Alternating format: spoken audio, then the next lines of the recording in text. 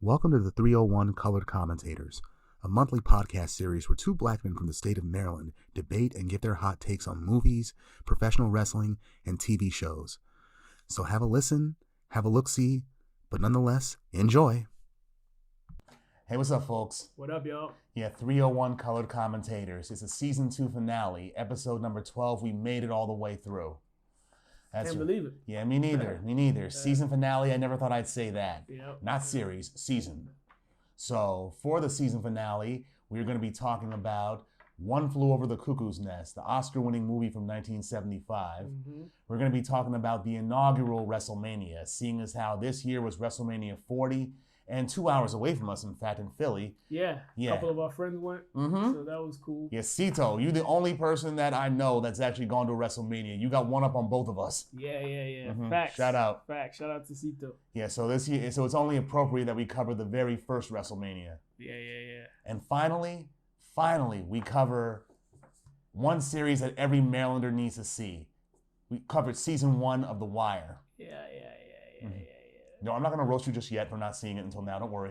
It's cool, man. I'm going to have to Evan Barksdale you, dog. Barksdale? Yeah, I'm going to Barksdale you. Watch the rest of the series. You're going to see some mad people more fierce than Avon. Cool. I'm going to check in. I'm going to tune in. I'm late. I'm going to tune in. He's a late bloomer, but better late than never. Yep. Yeah, man. So what's it called? We've been busy a lot lately. We have been busy going to similar functions. Friends having baby showers, old friends coming back into town. Yeah, for sure. It's been a hell of a month of April. And I told you, my Yukon Huskies. Well, the girls didn't win, but still. Fucking guy. Yeah. They got robbed. I was mad. I was actually rooting for the girls. The girls got robbed. As soon as Paige Beckers got that ball back, they called screen moving. They should have been. They should have been in the final. They should have been. The refs helped them. Man. But they should have been a Yukon final. But y'all, the girls would have got up out of there. South Carolina? Yeah, they would have got y'all up out of there. The way they played Iowa, they didn't even let Iowa get a lead. Yeah, you would have been out of there. But you at least deserve to be in the final. But it's fucking guy, dog. Number six. Fucking predicted that shit. I can't believe it. He actually did. Fucking Nosferatu. Way before the tournament tipped off. He's like, let me 10 years. Yeah, shout out to the Huskies though. They came through. Yeah, the guys. The girls were rough, but yeah. So, yeah, man. Speak on it. Speak on about what's going on with you. Just life. Life's been lifing, man. Just been busy. Outside of the good stuff, seeing people, hanging out. It's just life has been lifing. But I'm blessed. Everything's good. Everything's well. Can't complain. So, yeah. How about you? Yeah, I can't complain. I mean, April's been a hell of a big month for me. I mean, just for personal things going on, good things. Word. And what's it called? Professional stuff too. Like really stepping my game up. Okay. Yeah. We're here for it, man. You got something up the sleeve, huh? Yes, Down the line for us. Let's just say yes, but it's better not to tell the details as to what. Shh, keep it on the tuck. What the fuck? I look like a Bond villain? Keep it on the tuck. Keep it on the tuck. Let us, surprise us with the greatness. That's cool. That's the plan. It's cool. Yeah. That is the plan, brother. Yeah, man. What's it called? You know what I've been getting into for music lately? Uh-huh. I bought, remember MTV Unplugged? I bought, good sessions on that, yo. I already had Nirvana and Alice in Chains for MTV Unplugged, but recently I bought Mariah Carey and Eric Clapton. Really? Yeah. I don't think I've heard hers. The Nirvana one was good. Yeah, theirs was. Jay's joint was straight as well. Oh yeah, in 2001, right after 9/11. Yeah, shit was tight. And then I think Wayne's was even decent. Lil Wayne had Unplugged? Lil Wayne, but later on, right before, I think right near when Unplugged was starting to die out. Yeah. He did one. It was good. Because in the 90s, early 2000s, it was good. LL Cool J, his Unplugged. He was the first rapper on Unplugged. Oh, okay. I haven't heard it. It's good. Oh, that was good. Yeah, he killed it. He killed it. Yeah, when he did "Mama Said Knock You Out" at the end. Okay. I'm like, with a live band, Classic. It's like goodness. Oh wow, that's what's up. Yeah, man. That's what's up. Yeah, MTV Unplugged. Yeah. What else have you been getting into music wise? I don't think outside of the hilarity of the beef shit that's been going on. Kendrick, Drake, J. Cole. Rick Ross is in it. Ross is involved now too? Drake is beefing with everybody, man.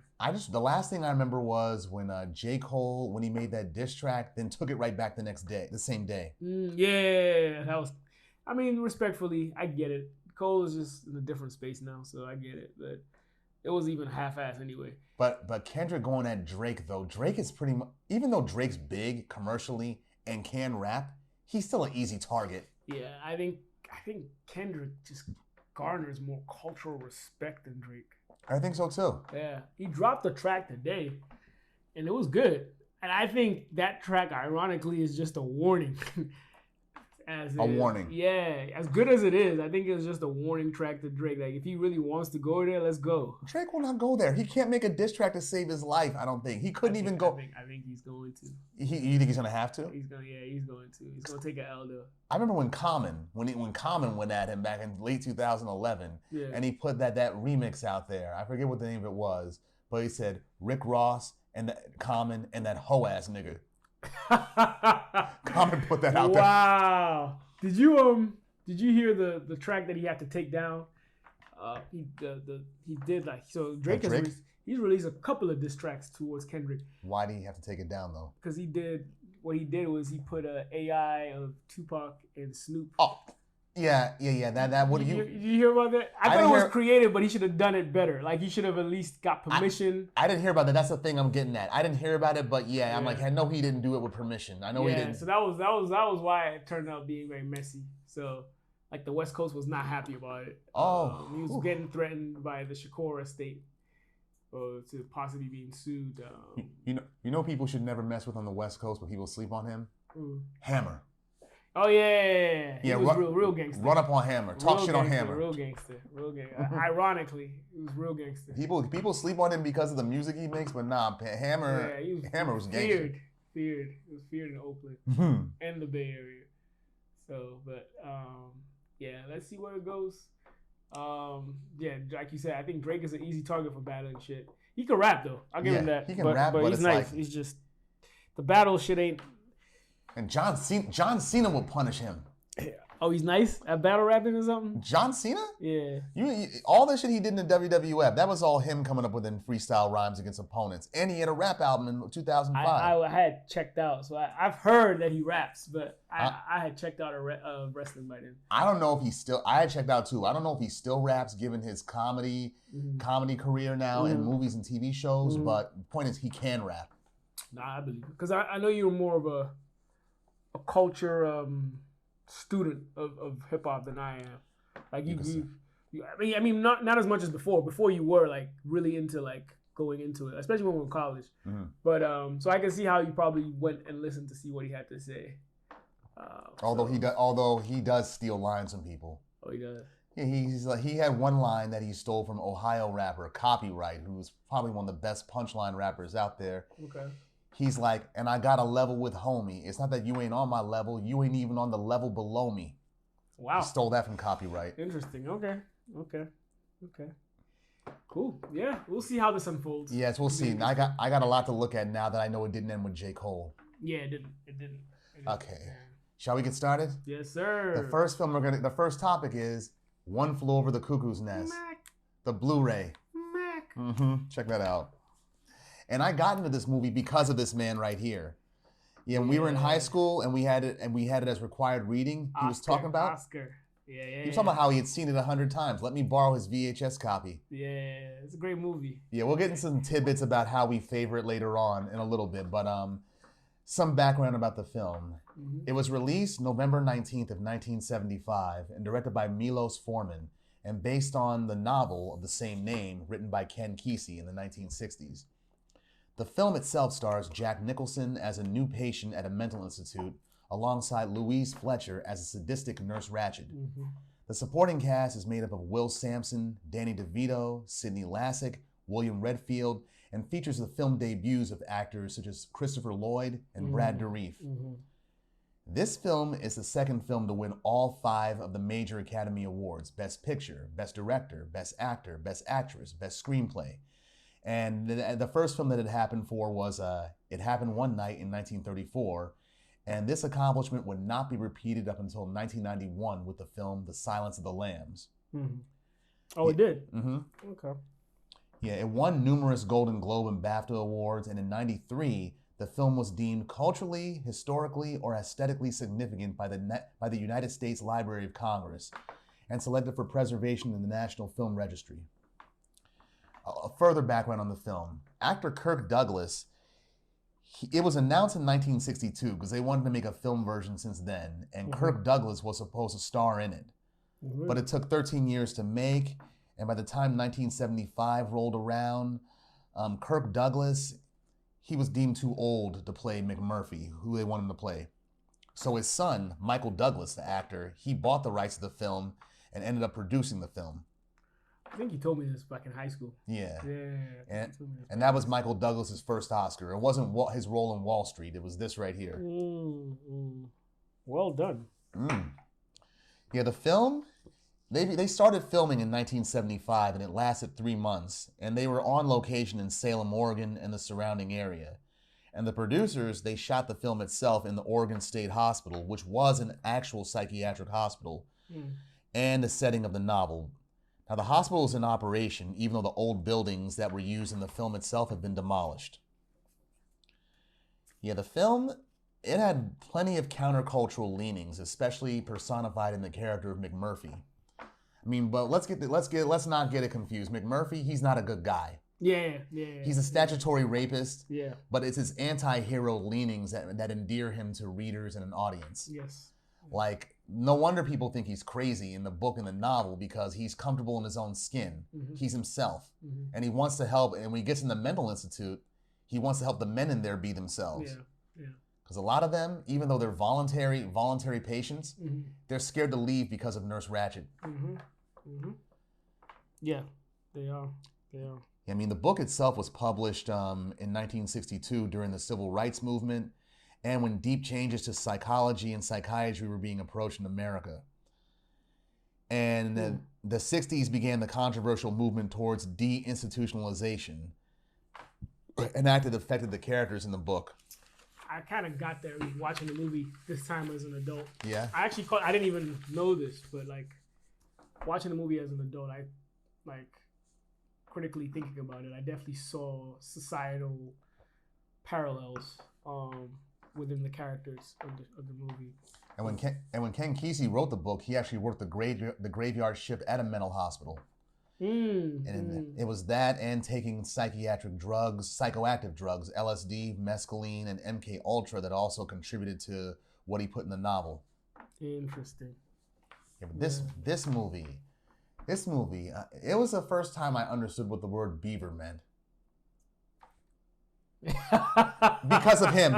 I remember he called me out of the blue, like, look at this film, he called it a red beaver. Like, what does that mean? And he explained it to me. I was like, that makes so much sense. Oh. Lo and behold, he didn't know that would become one of his nicknames. One of my names, Beaver, Red Beaver. Beaver! Oh my gosh. The way Nicholson said it in the film, though, just makes it funny even now. Yeah. Oh, she was 16 going on 30, Doc, but when you get that little red beaver right in front of you, it kind of makes sense, don't it? Oh my gosh. No man alive could resist. This is the first time watching it since like around the high school era. I hadn't watched it since. I mean, not in full, no. Yeah, so I've watched like scenes on YouTube. Yeah. Like I definitely I knew, the scenes and everything, but I just kind of decided to watch it from a different angle, like a mature angle. And it's good. It's a really good movie. It's a very good movie. It is. I still enjoy it. The acting is great. Oh, you can see. Acting is amazing. Guys like Christopher Lloyd, Danny DeVito, Brad Dourif. Mac, whoever Mac is. Who's Mac? McMurphy. Sorry, Cheswick. Who's Cheswick? Sidney Lassick. Amazing. He did an amazing job. Oh yeah, he was very, very played his role well. You think some of these guys were mentally ill the way they operated? Yes. William Redfield as Harding, great. Who is a repressed homosexual. And then was his name Billy, the one that Billy Bibbit? Yeah, Bibbit. The stuttering. I was trying to remember what movie he was as a bad guy later on. Like he was a promoter. Chucky. That's right. He was Charles Lee Ray. That's exactly what I was like. I know he was in the movie like as a standout bad guy, but I couldn't remember. It just couldn't come. Yes, it's Chucky. Yeah. He was Charles Lee Ray. Dumbledore. And still does the voice for Chucky in the USA series. In the US, really? Yeah. That's his most known role. I was killing myself watching and trying to figure out where I saw him again later on. Yeah, he actually got an Oscar nod for this role, Best Supporting Actor. Didn't win. He did well too. He did well. He was one I was most proud of, his character. Yeah, he did really well. He's a young kid, 21, but what you doing in a mental hospital and you're voluntary? Yeah. Yeah. So afraid of his mother, who was close friends with the nurse. And like and McMurphy, that's like his pet project right there, Billy Bibbit. Like this guy just needs to get laid. Yeah. And he was right, because once he does, his stutter is gone and he feels empowered. Empowered, yeah. Like, good for you. Yeah. But the nurse had to just bring him down. Like she couldn't stand to see him, a man who's getting out from under her control. So she has to emasculate him in front of all those people and make his stutter come back. I'm like, lady, you. Yeah. I also noticed the guy, one of the security guards or whatever. When they did the night, the hookers came over or whatever. Yeah. He's the same dude that starred with him in The Shining. The black guy that he was in the hotel, right? Yeah, the one that had the telekinesis with that was him. With the kid, yeah, that was him. I recognized him. Yeah. You notice this? Like, what's it called? Only 3 actors were billed in the opening credits. Really? Yeah, Jack Nicholson and then Louise Fletcher. Yeah. And William Redfield, who played Harding, and he died a year after this movie. Oh wow! He had leukemia, so they had to cut his lines short in this film. I see. And the 3 black people in the film are all orderlies. Yeah. Oh, okay. In the book, they were more violent. They were rapists and like doing all kinds of criminal shit that they got away with because of the nurse. And the book, that novel that it was based on, it was written by a white man, right? Ken Kesey, yeah. Because I feel like what he was trying to drive at in the time of civil rights and stuff was the whole idea of order when it's not necessarily correct. And we are all more or less, not necessarily Mac, but we're like, or at least the white people, are more or less like the mental patients in the psychiatric ward that are going there voluntarily because they don't feel confident in kind of going against the rule of the status quo that civil rights was going against. Does that make any sense? It makes sense, yeah. Yeah, so like, even though Mac is really a criminal and bad, he comes and for once treats them like human beings, like or people, like they belong and they have the right to be themselves, and they feel empowered. Like, for instance, Chief is fucking 6'5", 6'6", whatever. Yeah. And he's like, he tells Mac, I'm not as big as you. And like, Mac is like, what? You like 6'6" infinity or whatever. It doesn't have the strength. Yeah, it doesn't exactly. But then later on, being around Mac, he at one point, feels empowered. And when he's ready to leave, he goes, Mac, I finally feel big, and I feel big. I feel like big, as in like I'm finally confident. I'm ready to leave. I think what that signified was more or less a lot of white people in their homes probably knew civil rights was the right thing to do, and they didn't feel, or even not necessarily just pertaining to race, but also like women's rights, all the other things that was going on around that time. I think the women's part really plays into it because you see all these white men, and the Chief Bromden, he's actually half white, half Native American himself in the book. And he was a narrator of the book itself. Oh, in the book, right? Okay, yeah. Okay. And he perceives the hospital as one giant oppressive regime. Yes. And sees the nurse as his enemy, just like how he did with his mother, because he feels his mother made his Native American father feel small. Yes. Just like the nurse is doing to all the men in there. And this is before the women's lib movement actually started. Yeah. Yeah. Even to touch on that, he was like, I saw them, almost work on his dad till they broke him, like they're doing to you, Mac. So I see a lot of parallels what I saw with my dad what they were trying to do to my dad because he was different, the same way they're trying to do to you. But McMurphy just had to push it. The more the nurse pushed, the more he pushed back. Yeah. So remember when McMurphy he got that electroshock treatment? Yeah. I thought Nicholson really did get the way he just moved. Yeah. It was about. Again, the acting was so good. The acting was so good because he thought it was a casual thing, But when he gets electroshock, he's like, "What the fuck just happened to me?" And like you could tell the discomfort was like crazy real. Yeah, Nicholson, he was really good at that. It's yeah. It wouldn't surprise me they really did electroshock him. Yeah. Because this is the 70s. A lot of these actors, they went full method. So yeah, at that time I didn't even correlate the two.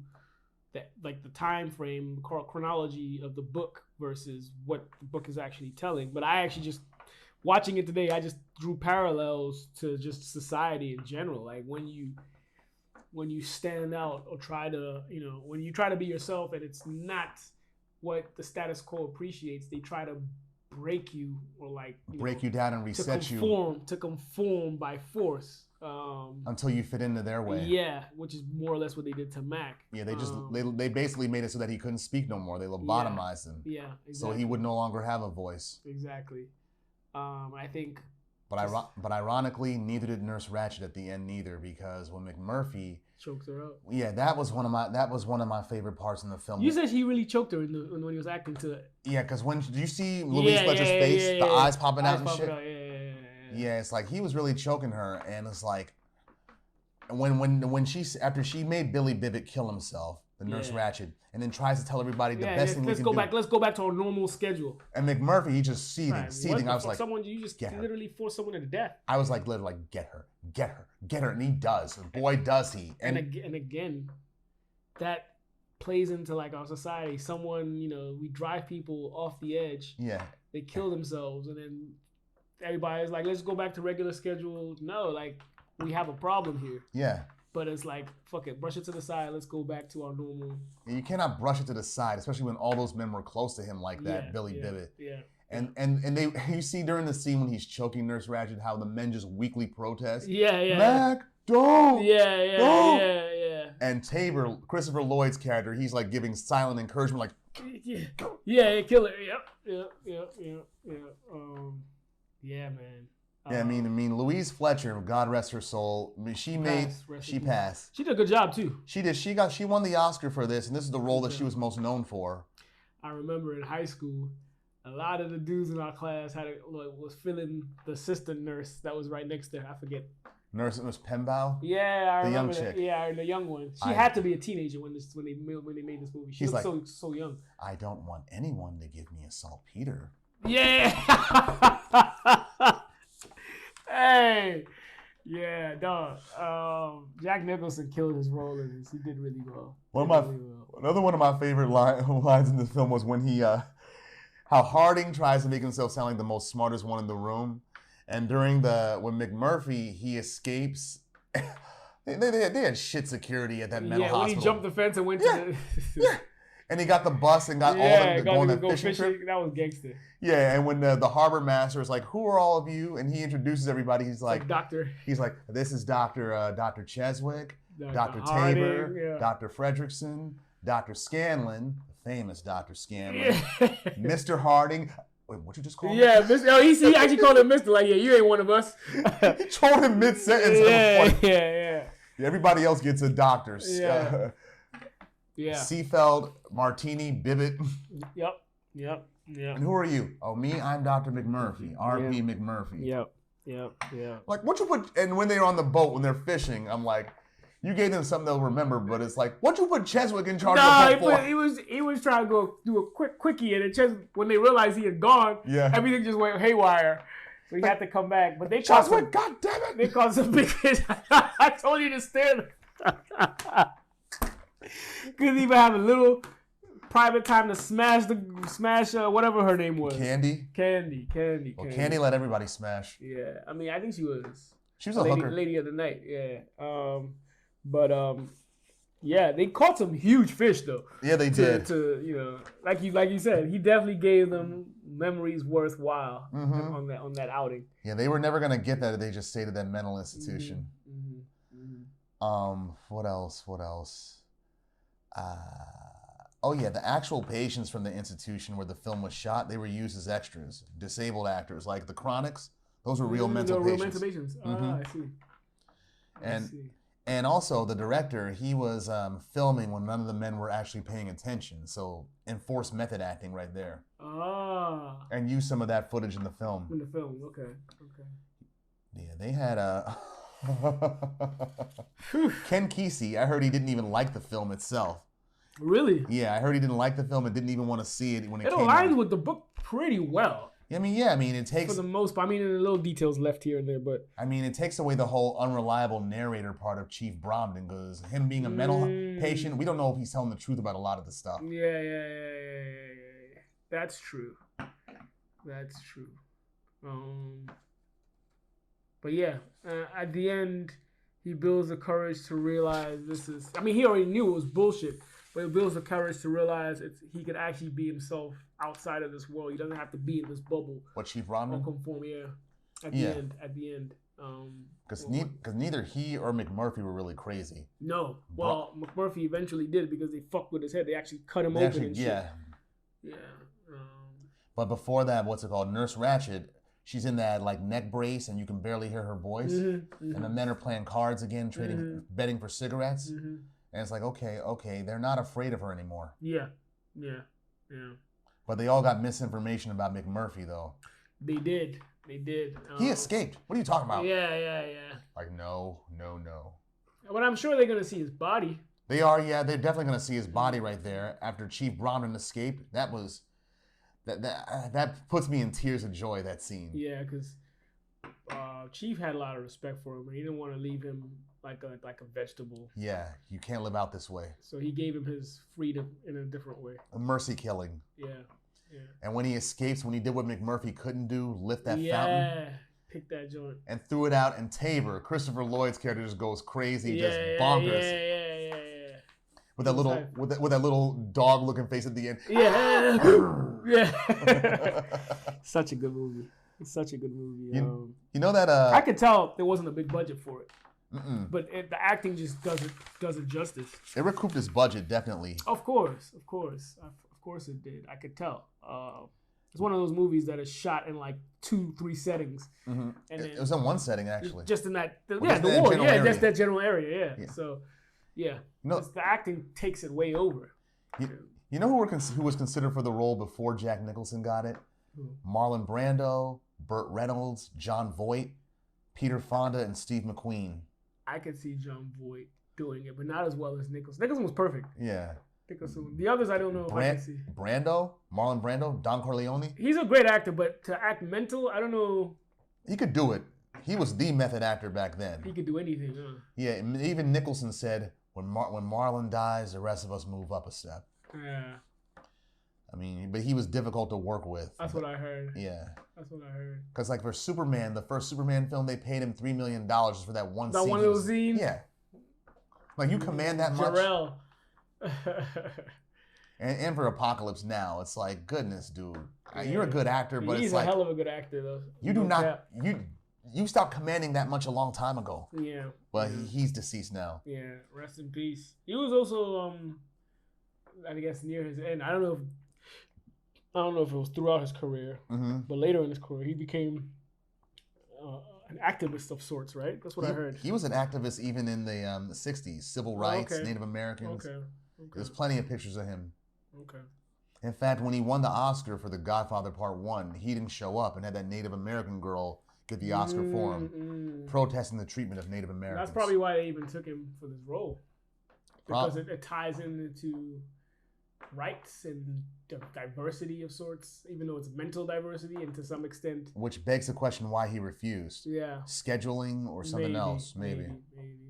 Or given that it was a low budget, they probably couldn't afford him. Probably, yeah. Also, the other scenes in the film, the World Series scene. Yeah. Where she refuses to let them watch and pulls some technicalities. Such a bitch, dog. Such a bitch. Oh, you need their permission too. I'm like he's supposed to know that. I know. Like she never brought that to the table at the beginning. Like it's like finally I have the majority vote. No, you don't. That's a players award of 18. You only have 9. You need 10. Your hand is Your hand is staining my arm, Mr. Your arm is staining my well, window. It's like, what? Are you that petty? You are a Karen. Yeah, basically. If Mr. McMurphy doesn't want to take his medication, I'm sure we can find another way to administer it for him. What, up his ass? Right.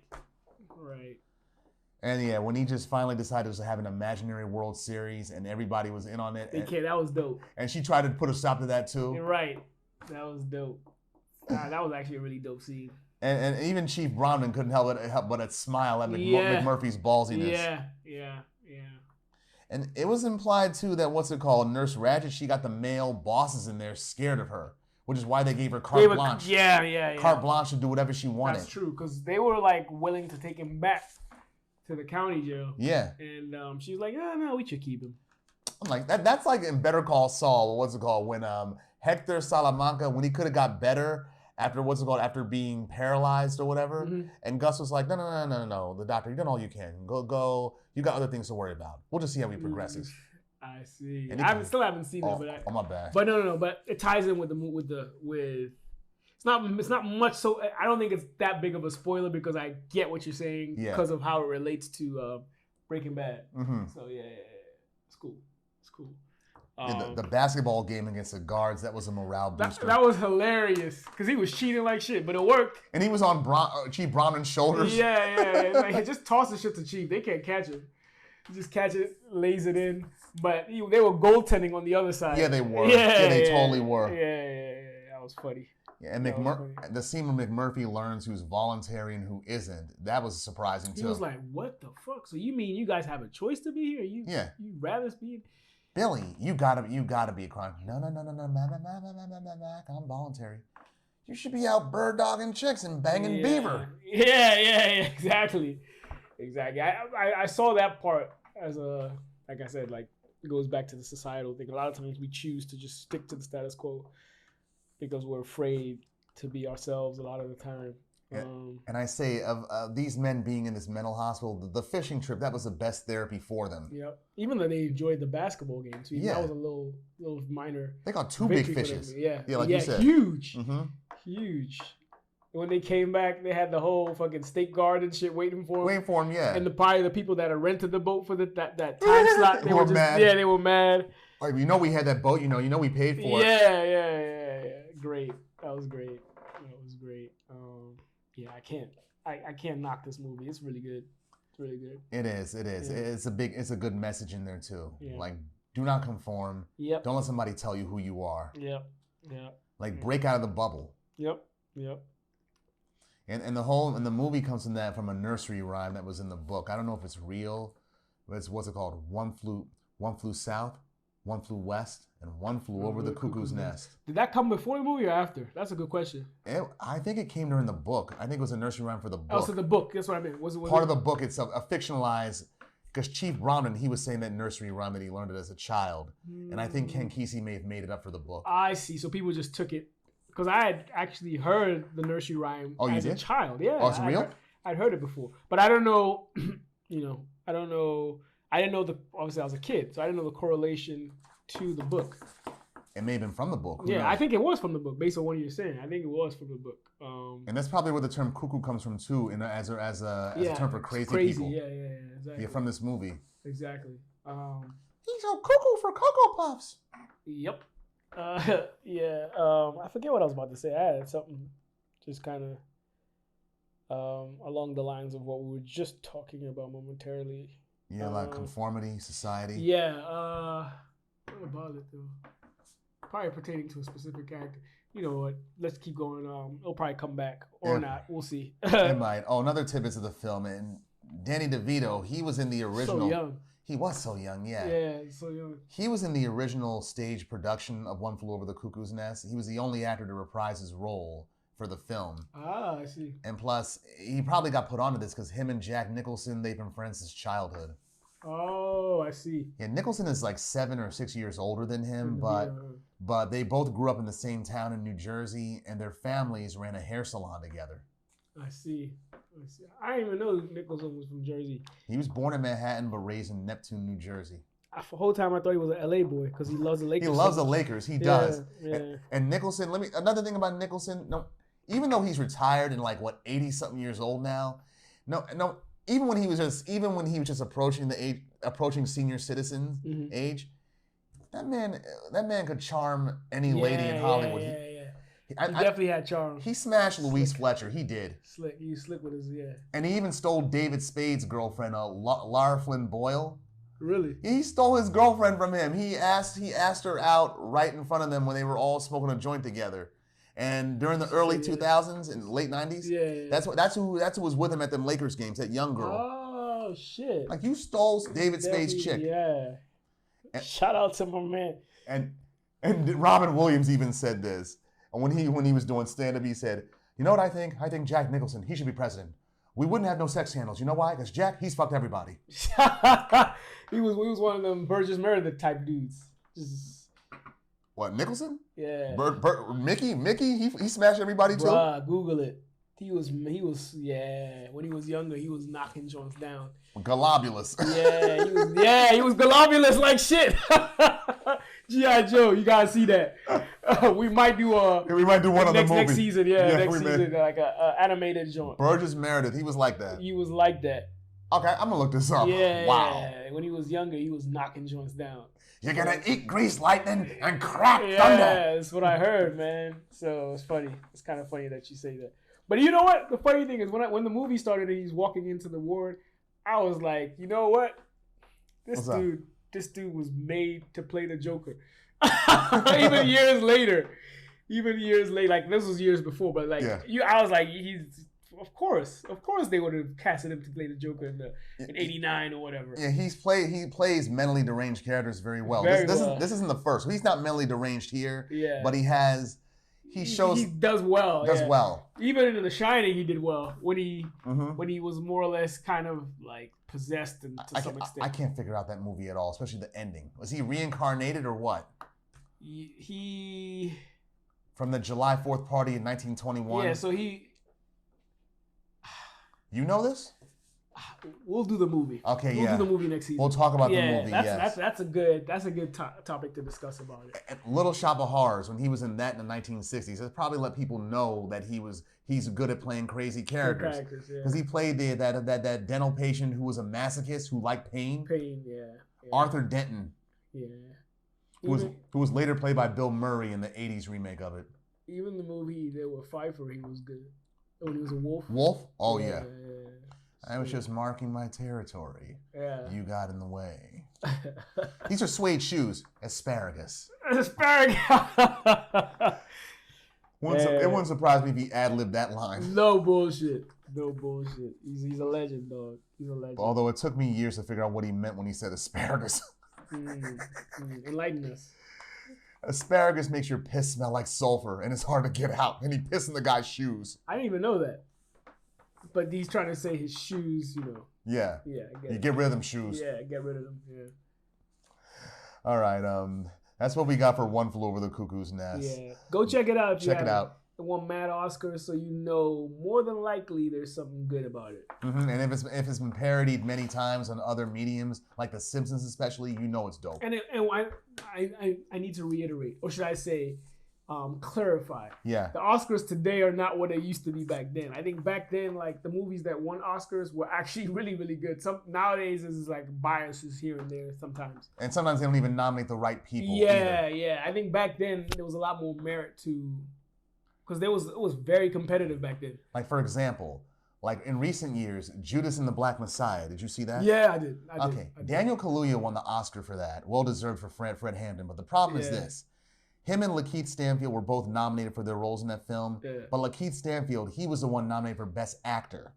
I see. Kaluuya won for Best Supporting Actor. It should have been the other way around. Yeah. Yeah, they fucked that up big. They did. Yeah. But I guess they wanted to give him something because they didn't give him the Oscar for Get Out. Which he did well. Yes, he was. Yeah. He did good in that. Yeah, he did. He's one of many black British actors that can do our accents better than we can. Mm-hmm. I cannot stress that enough. Mm-hmm. But shall we move on? Yeah, let's do it. All right. Wrestlemania. This is the very first WrestleMania and sequentially known as WrestleMania I. Mm-hmm. This was the first pay-per-view event by the WWF, the then World Wrestling Federation. Mm-hmm.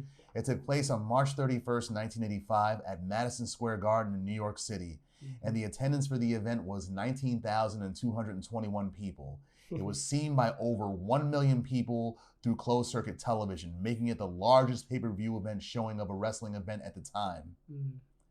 But here's some background on WrestleMania. You see, back in the 1980s, the WWF's main competition was Jim Crockett Promotions, right? And Vince McMahon, after he bought the company, the WWF, from his father, mm-hmm. Vincent J. McMahon, mm-hmm. he had plans to expand his promotion nationwide, which nobody else was doing. And after Jim Crockett Promotions, their very successful annual Starrcade event, which began in 1983, McMahon got the idea for doing the WrestleMania franchise. So for the first WrestleMania, he began cross-promoting with MTV, having people like Cyndi Lauper, Mr. T, Muhammad Ali. Yeah, and which aired, in MTV, they aired 2 specials to promote the event, one in '84 and one during the year of the event itself. That was genius. It was. I mean, being heavily cross-promoted through MTV and other popular television outlets, mm-hmm. that made it so that the very success of WrestleMania, the very success of the WWF itself, it hinged on WrestleMania's success. It did. McMahon, he bet the house on WrestleMania, mm-hmm. Mm-hmm. and it paid off. Mm-hmm. Mm-hmm. Yeah, he's like all in. Here's all my chips. Yeah. And WrestleMania became the WWF's flagship event, given that it was a huge success. Mm-hmm. It's since been the longest running professional wrestling event in history of any promotion out there. It's a Super Bowl of pro wrestling. That's exactly what it is. Absolutely. It's the Super Bowl of pro wrestling. It doesn't matter what division you are. Like, everybody mm-hmm. respects WrestleMania. Oh, yeah, they do. Yeah. What's it called? And it's held annually between mid-March or mid-April. Mm-hmm. And like we just said, it will become the Super Bowl of professional wrestling events. Mm-hmm. Some further background, in '85, there were very few homes outside of the East Coast that were wired for cable TV, and the technology for pay-per-view barely existed. So Vince McMahon, he really did hedge his bets by also airing the event through closed-circuit broadcast venues across the United States. Mm-hmm. And closed-circuit, that was an unproven technology at the time, and most people felt that it wouldn't work. Oh, not Vince McMahon. He got out there, he bet the farm on a pair of then niche technologies and made WrestleMania a runaway success that pay-per-view, such a runaway success that pay-per-view became the standard. It became the standard for big sporting events. Sports, yeah. Yeah. You changed that shit. Not just for pro wrestling, boxing, sports. MMA. Yeah. I mean, WrestleMania, even though this was not the best WrestleMania by far, it was still a crowning moment of achievement in and of itself. Mm-hmm. Mm-hmm. Okay. 100%. Let's see what matches. Yeah. Oh yeah, you notice that it was Gorilla Monsoon. He was called Gino. Yeah, because that was one of his aliases as a wrestler. Yeah, his close friends called him Gino too. I remember when he died, and the WWF promo for his funeral memorial. Yeah, they said his close friends called him Gino. Gino, yeah. Like you heard Ventura call him that several times. And here and there he'll insert Gorilla, but for the most part he referred to him as Gino. Yes, he did. Yes, he did. And they were too close to the ring too. I think this. I didn't think this was a very good.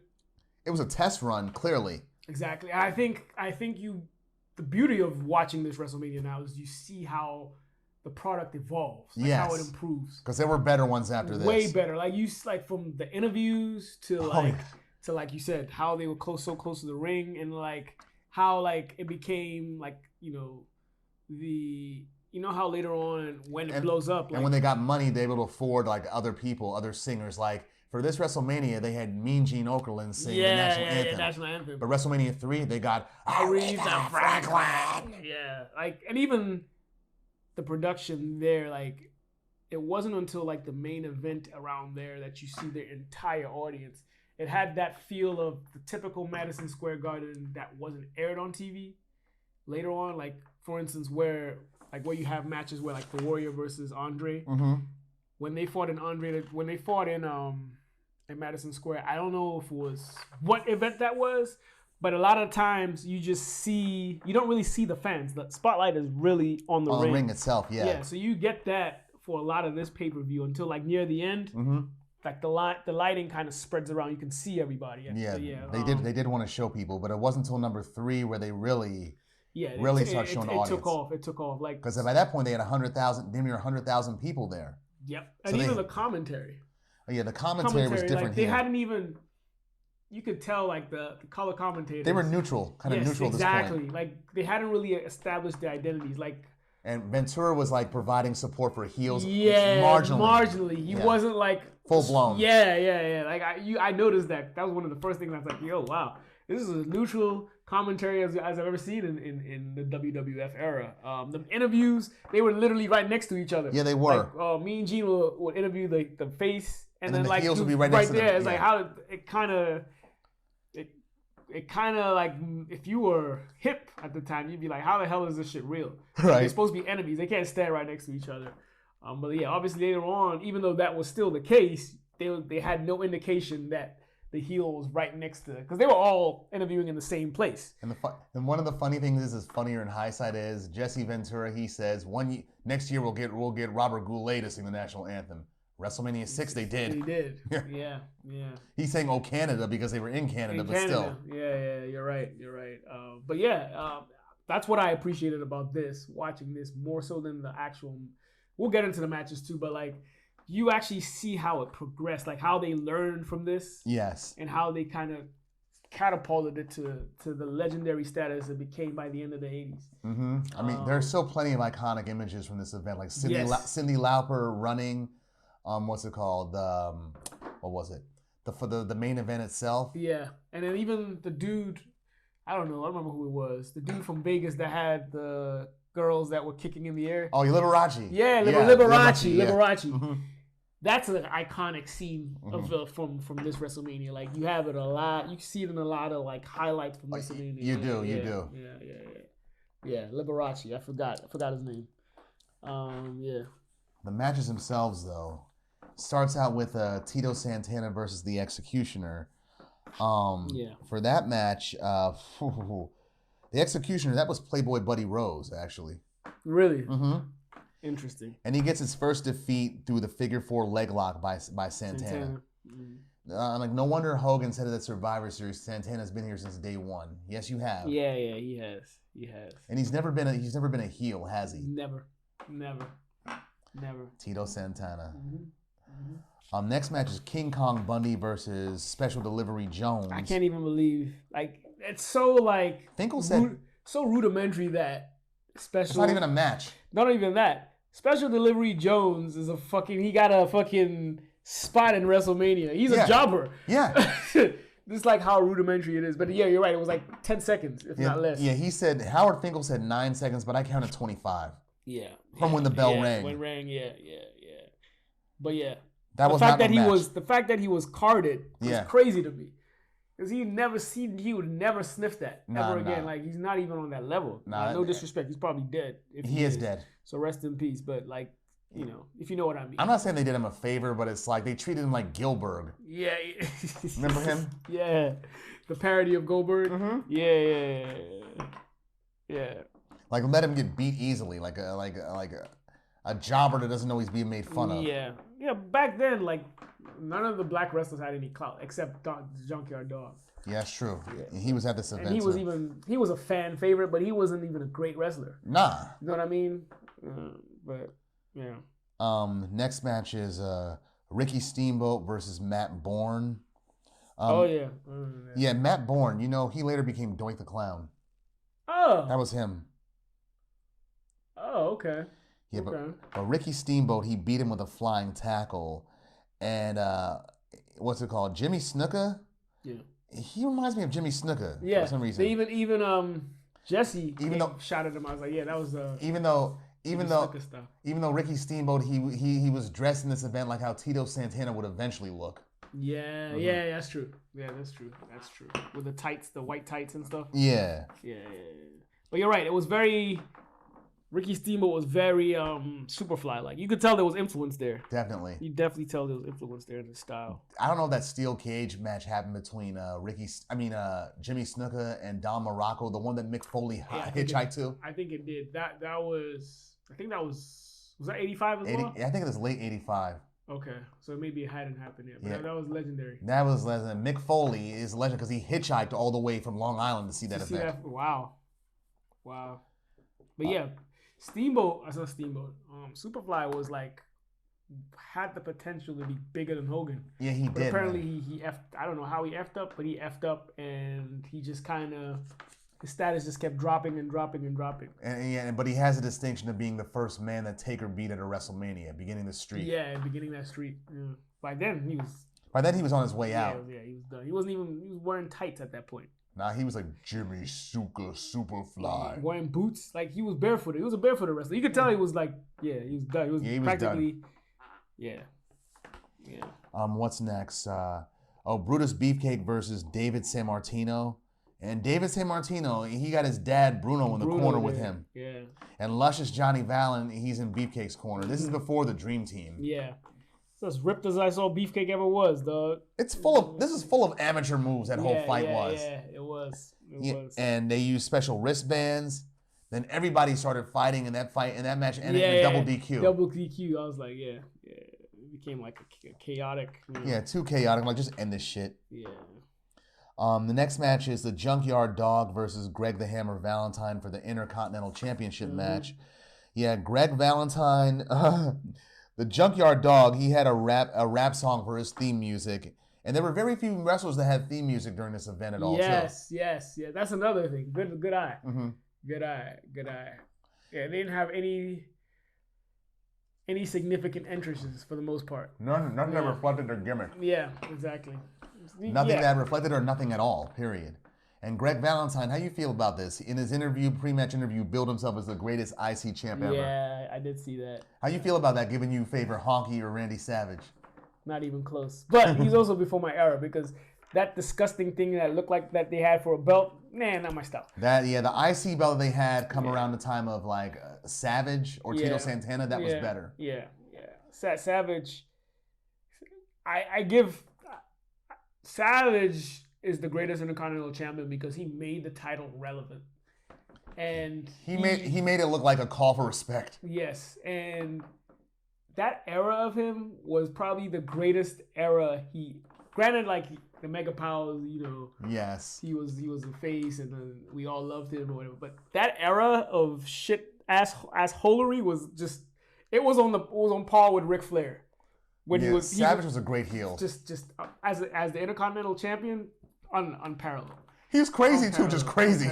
That's why, like in hindsight, I wish he held the title as the Macho King, because I feel like we'll have shades of that assholery again. Oh, when he first became the Macho King, how he kept just elbow smashing Hacksaw Jim Duggan 5 times over and over again. Yeah. I'm like, good God, you already beat him. This is overkill. Right. But still fun to watch because you Randy Savage. Right. And the promos were great. Oh, Savage could cut a promo. He's a great actor. His promos were just hilariously great. Heavily Coke influenced. Yes, he was high on Coke. They were just amazing. So, but yeah, Valentine isn't even close. And I give Honky a nod too because Honky held that title for a minute and he was and didn't do shit. He wasn't beating scrubs though. That's the thing. He was cheating, but he was not beating scrubs. He was beating like top cards like Savage, Jake the Snake, Steamboat, like. All the Intercontinental contenders, he was beating them, but he was cheating. That's what made it great because he was a trash wrestler, but he held that title for over a year.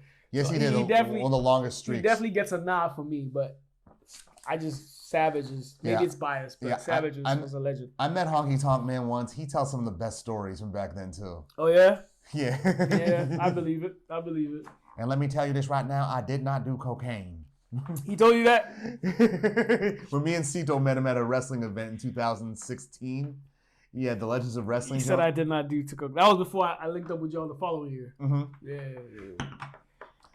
Okay, what else? What else was this one? Oh yeah, we're talking about the IC title match. Yeah. At first, Greg Valentine won with his feet on the ropes. I should have stood. But then Tito Santana came out and told the ref the truth, and the result, the decision got reversed. Mm-hmm. And when Valentine refused to get back in the ring, he gets counted out. And he was irate about that because he wanted back in. It's like, dude, what were you standing out there for? Yeah, I know. But like, I think this was like a prequel for the feud that ultimately led him to lose a belt to Tito. Yes. I think. But yeah. Oh yeah, that should have stood. Cheating or not, you should have stood. Let it go because of all the other events that have happened where you just screwed the audience's intelligence like that. Yeah. You have to go back and reverse all the other ones that have happened. Right. Next, the tag team champions, Barry Windham and Mike Rotundo. They're in-laws, actually. For real? Who married who? Mike Rotundo, he married into the Windham family because Barry Windham, he's Black Jack Mulligan's son. Yeah, I didn't know that. And Mike Rotundo's son that he died earlier this year. Oh, wow. I forget his name. He was a young kid in his 30s. Oh, shit. Yeah. Wow. Barry Windham became the Widowmaker, I believe, later on. And Mike Rotundo became IRS. IRS, yeah. Can't miss that. Yep. And they had Captain Lou Albano in their corner against, what was her name, though? The U.S., what were they called? Express. The U.S. Express. Mm-hmm. The U.S. Express, that's right. Mm-hmm. Mm-hmm. And against Iron Sheik and Nikolai Volkov, both deceased now, with Classy Freddie Blassie. We met Volkov. Yeah, we did. Yeah, literally 2 or 3 months afterwards, he passed. Mm-hmm. Yeah, rest in peace. He lived nearby that venue. In Maryland? Yeah, that very venue that we went to. He lived nearby that, so he was always happy to show up. It still had that old American commie jacket or whatever. Yeah, he was mad at me. He's like, you either tip or get out of my face, dog. He said that? Not in those words, but more or less, he's like, dog, you're standing too close to me with your camera, bro. Either you're paying or you're leaving. I was like, bro, it's cool. I'm going to leave. There are higher cards here, but I respect you because in the 80s, you were a good heel. Old school. Yeah. Oh, yeah, and the fans, they pelted the ring with garbage. And why do fans do that for as much as them drinks cost? It was hella pro-America at the time, so they represented... Yeah, everything America hated. Once they sang the Russian anthem, yeah. And the U.S. Express, they got their theme music though. Yeah, they did have a theme, coming out. But Volkov and the Iron Sheik, they cheat to win. But thus far, I think that was the best match thus far in the event. This is when the tag team competition was still I think the tag team competition got its clout after the Bulldogs won it. Yeah, where they had more technical wrestlers doing it. Because the Bulldogs, Dynamite Kid especially, we've gone over this. He was one of the best wrestlers I've ever seen. Yeah. And then the Hearts, they are some of the best technical wrestlers in that ring ever. Bret Hart.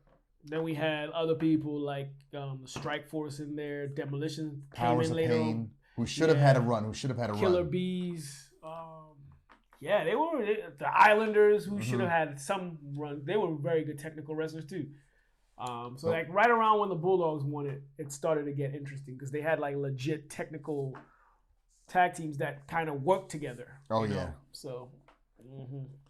Next is the $15,000 body slam versus your career, with Andre the Giant versus Big John Studd, who had Bobby the Brain Heenan in his corner. All these men are deceased now. Oh yeah, rest in peace. Shout out to John Studd for following us. Yes, thank you. Yeah, appreciate that. The fans they were chanting slam while Andre worked on his leg. And then finally he slams him just right out of the blue. It's like, goodness. I heard you hated John Studd.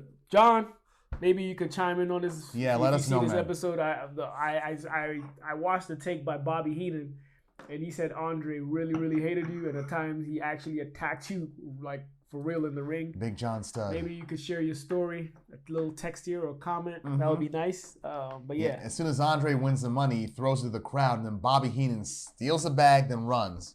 I'm like, this fool was your manager later on? Later on.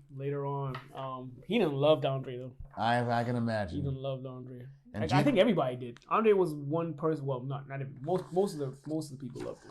You notice how how Mean Gene Okerlund kept sending the camera to the back to the front when Andre kept talking all illegibly and shit. When the camera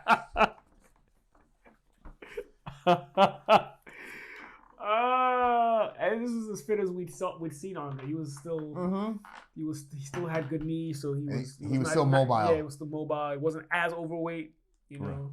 So yeah. They even include the women in this event as well too. I have him on my heel Mount Rushmore. He belongs on there. Andre? Yeah. He and Piper were the biggest heels in WWF in the 80s. Piper was such a gifted performer. He could do anything. Yeah. I mean, even one of my favorite events for Piper was the backlot brawl with him and Goldust at WrestleMania 12. Yeah, that was funny. That's still funny. And it had incorporated O.J. Simpson, his Bronco in there too.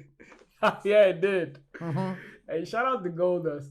That was a funny ass gimmick, though. The Shattered Dreams move was hilarious. Just put you in the corner and kick you in the nuts. That ain't no move. First he grabbed his crutch. Just the mind games that Goldust would do. His theme music is dope. Yeah, shout out to Helter Skelter for sampling that for That's Incredible. Oh, yeah. You told me that. Yeah. You played it for me. Actually. Oh, yeah. The women, Wendy Richter. This is where they had Cyndi Lauper, the singer, the biggest singer in the 80s. Yeah.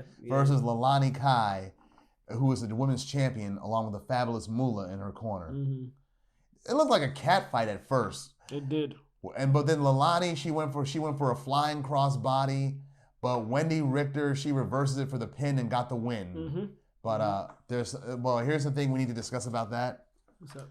Months later in November, Wendy Richter, she was involved in a match against, I think it was Sensational Sherry. No, it wasn't Sensational Sherry. It was the fabulous Moolah, but she was masked, right?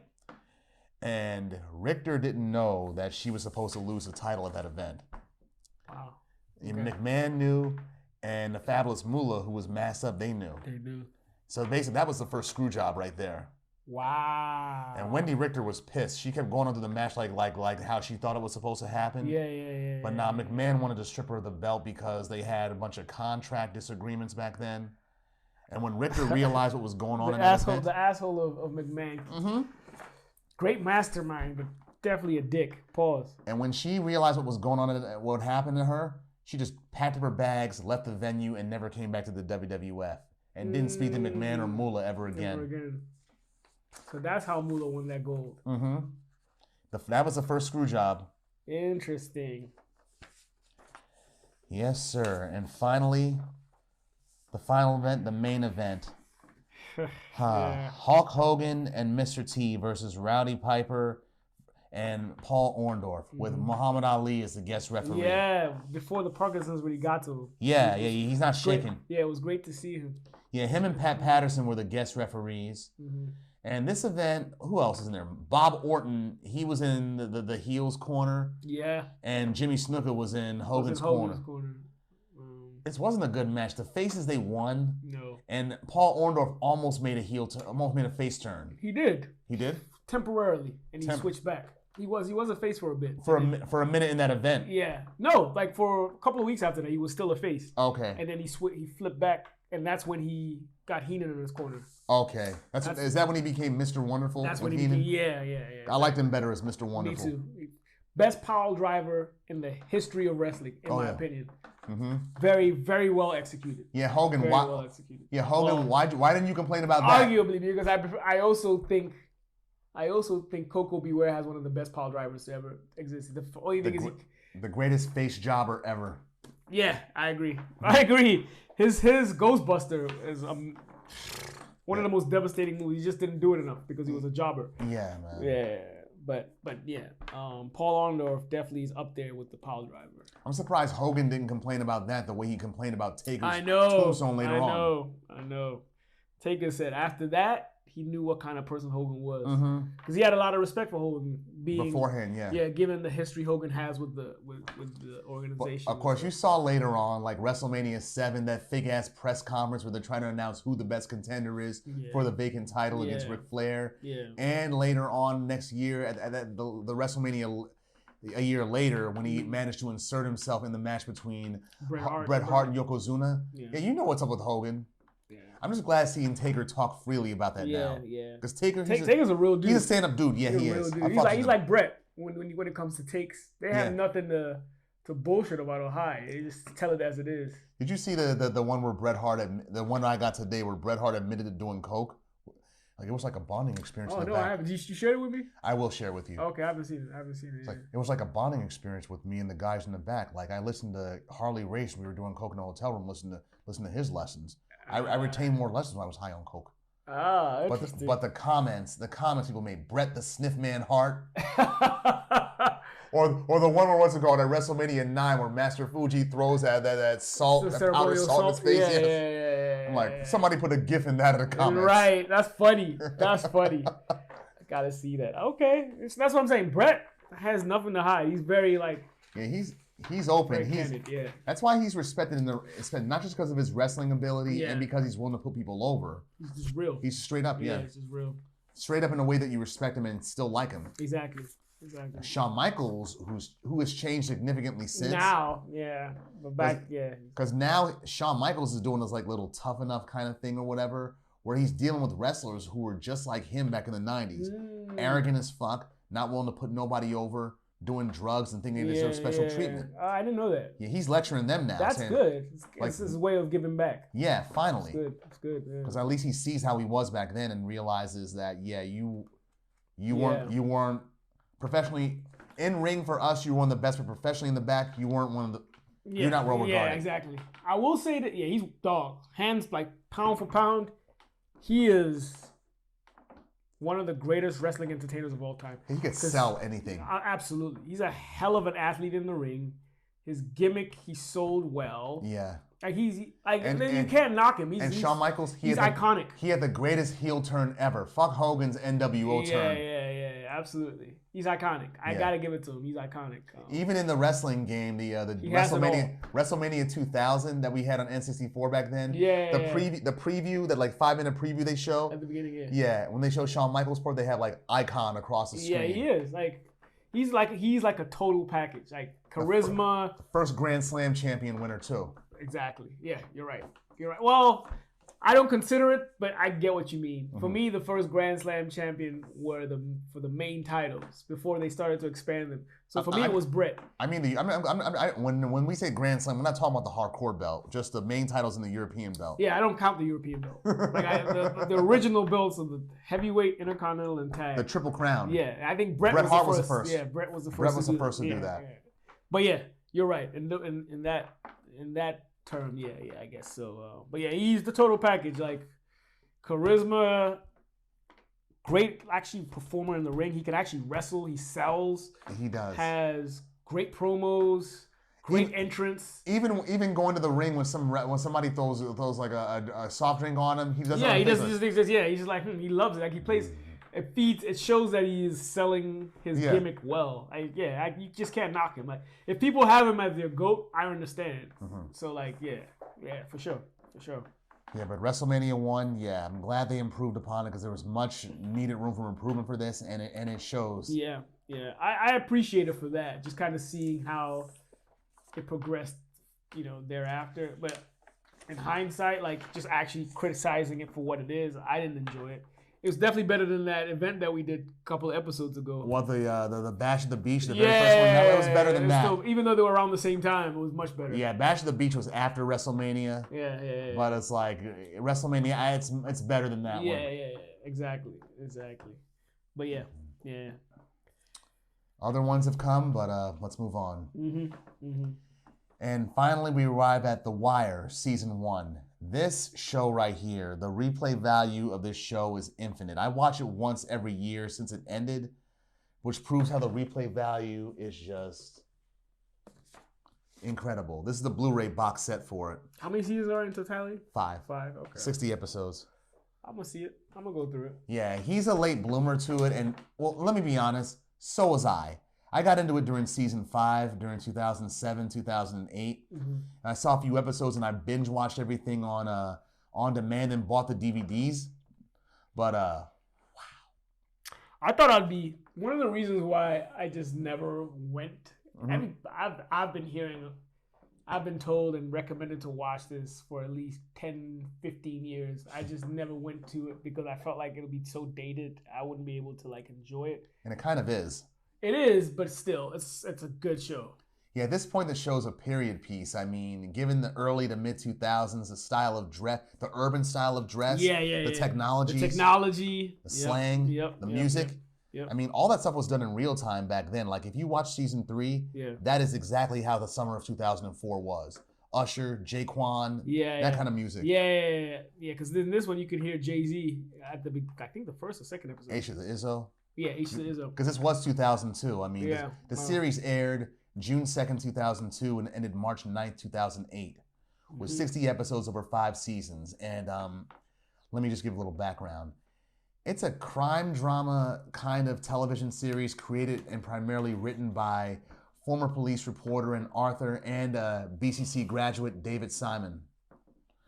The idea for the show started out as a police drama loosely based on the experiences of Simon's writing partner, Ed Burns, who's a former homicide detective in the Baltimore City Police Department and later became a public school teacher in the Baltimore City schools. The whole series is set and produced in Baltimore and introduces a different institution of the city and its relationship to law enforcement in each season, while retaining characters and advancing storylines from previous seasons. So, like Lester Freeman said earlier in the first season, all the pieces matter. Yeah, the quotes. I think BMF took that concept. I think they did. Yeah, from this, And plus, what's it called? The epigraphs that they have at the beginning of every episode, the quotes that they have from the character. Yeah, that's what I meant. Actually, BMF took that. They did, from this. Yeah. Although for BMF, kind of, because they use like real quotes from Meech or Terry. From the real people, but the concept. But the concept is in there, even if the quotes are not. Yeah, exactly. Yeah, for season 1 though, even though they focus on a different institution throughout the series, like season 2 focuses on the dock workers. Season 3, the politics. Season 4, the school system. And season 5, the journalists and the newspapers. Season 1 focuses on the institutions of the police department and the drug dealing institutions. And David Simon, he chose to set the show in Baltimore because of his familiarity with the city, because he was a reporter for the newspaper, covered the cop beat. And when the series aired, it largely consisted mainly of actors who were unknown to television audiences. Stage actors primarily, and many unknowns, many of which are from the Baltimore and Maryland area. And the show's been lauded for its literary themes, its uncommonly accurate exploration of urban society and politics, and realistic portrayal of urban life. And during its run, it received only average ratings, never won any major television awards except for one Emmy. But since its end, it's regarded as one of the greatest, if not the greatest, television series of all time. But season 1, though, that's what we're covering today, though. Yeah, season 1, it ran for 13 episodes from June 2002 to September of 2002. And it tells the story from the points of view of the drug-dealing Barksdale organization and the police detail that's investigating them. And season 1, the cast for season 1, and this is everybody who's in the opening credits. Dominic West, who plays Detective McNulty. John Doman, who plays Major Rawls, major asshole. Idris Elba, Stringer Bell. Wood Harris, Avon Barksdale. Frankie R. Faison, who I remember from various roles like Coming to America, Mississippi Burning. He plays Deputy Commissioner Burrell. Sonia Sohn and Andre Royo, who play Kima and Bubbles respectively. I had seen them both 2 years prior to that in bit parts in the Samuel L. Jackson version of Shaft. Yeah, they had bit parts in that. The scene where, if you saw this in the trailer for Shaft, I don't know if you remember this, but when where she's like, I want to be held tonight. So what's it gonna be? You know me. It's my duty to please that booty. He was talking to her. He was talking to Kima. I see. And next up, Wendell Pierce, who's a very well-known character actor. I've seen him in plenty of Spike Lee movies. Lance Reddick, may he rest in peace. Who's Wendell Pierce? What did he play? Wendell Pierce plays the Bunk Moreland, the detective. Okay. Like, you happy now, you bitch? Lance Reddick, who plays Lieutenant Daniels. Deidre Lovejoy, who plays AUSA Ronnie Perlman, the redhead chick who's an attorney. And finally, Lawrence Gilliard Jr., who plays D'Angelo Barksdale. I admit, the season, it starts off slow. It but does. But it's very provocative with the opening scene, with McNulty talking with that dude about the death of Snot Boogie, wanting to know why he was killed. Yeah. He's like, wait a minute. If that guy stole the money every time y'all played dice and y'all beat him up for it, why'd you even let him play in the first place? Yeah. Got to, yo. It's America. Yeah. Okay. Yeah. Keep going. I mean, even the very first episode where we see the drug dealing organizations, Idris Elba in an early role as Stringer Bell with an American accent. Yeah. And it was a surprise to see Wood Harris as the boss of this drug dealing organization. Because he's not from Baltimore, though. He's from Chicago. Yeah, I figured. I was about to say, the main... A lot of them aren't. But Lawrence Gilliard Jr., D'Angelo, he's from Baltimore. I see. What's it called? Very few... Let me see. Kima's from Newport News. She's from Virginia. Lance Reddick, Daniels, he's from Baltimore, born and raised. Okay. The fat guy, the fat white guy, Jay Landsman, who works with McNulty. McNulty, he's from Baltimore. No, he's from Silver Spring. Oh, okay. Yeah, Delaney Williams, he's from Silver Spring. He went to Blair, actually. And if you recall him telling a story to Rawls about the Hillendale pool party in 73. Close by. On New Hampshire Avenue, Close by, yeah. That's right. Yeah, I like how they give characterization to everybody in here, even minor people. Yeah, there's just so many different elements in here. The police department, when they first get this detail set up to investigate the Barksdales, you can tell they really don't want to do it. Yeah. Just that some judge mouthed off about it, and it's like, fine, we'll just give him the detail just to shut him up. But they're like, don't do any real police work, and to ensure that, we'll give you a bunch of useless people. Yeah.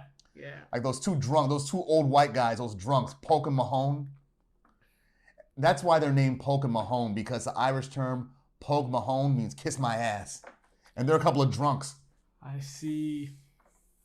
What? I see. I didn't even catch that. Yeah. I didn't catch it either. Yeah. Interesting. Rawls with his two middle fingers. These are for you, McNulty. Yeah.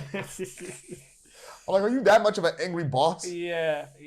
And Rawls. He's so petty. So fucking petty. I was just like, what? Like what he did to Santangelo, like either snitch on McNulty or solve one of your cases.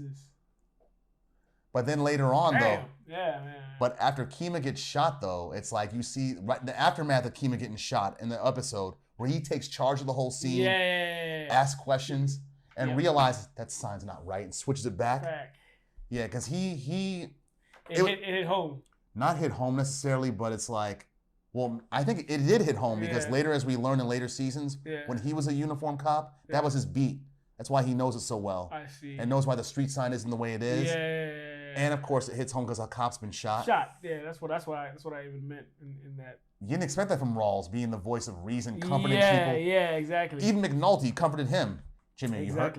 Exactly. Up with you. Exactly. It's not your fault. Like, listen, you little fuck, it ain't on you. Yeah, it's not on you. Because if it was, I'd be the first son of a bitch to tell you. Because I hate you more than anybody. Yeah.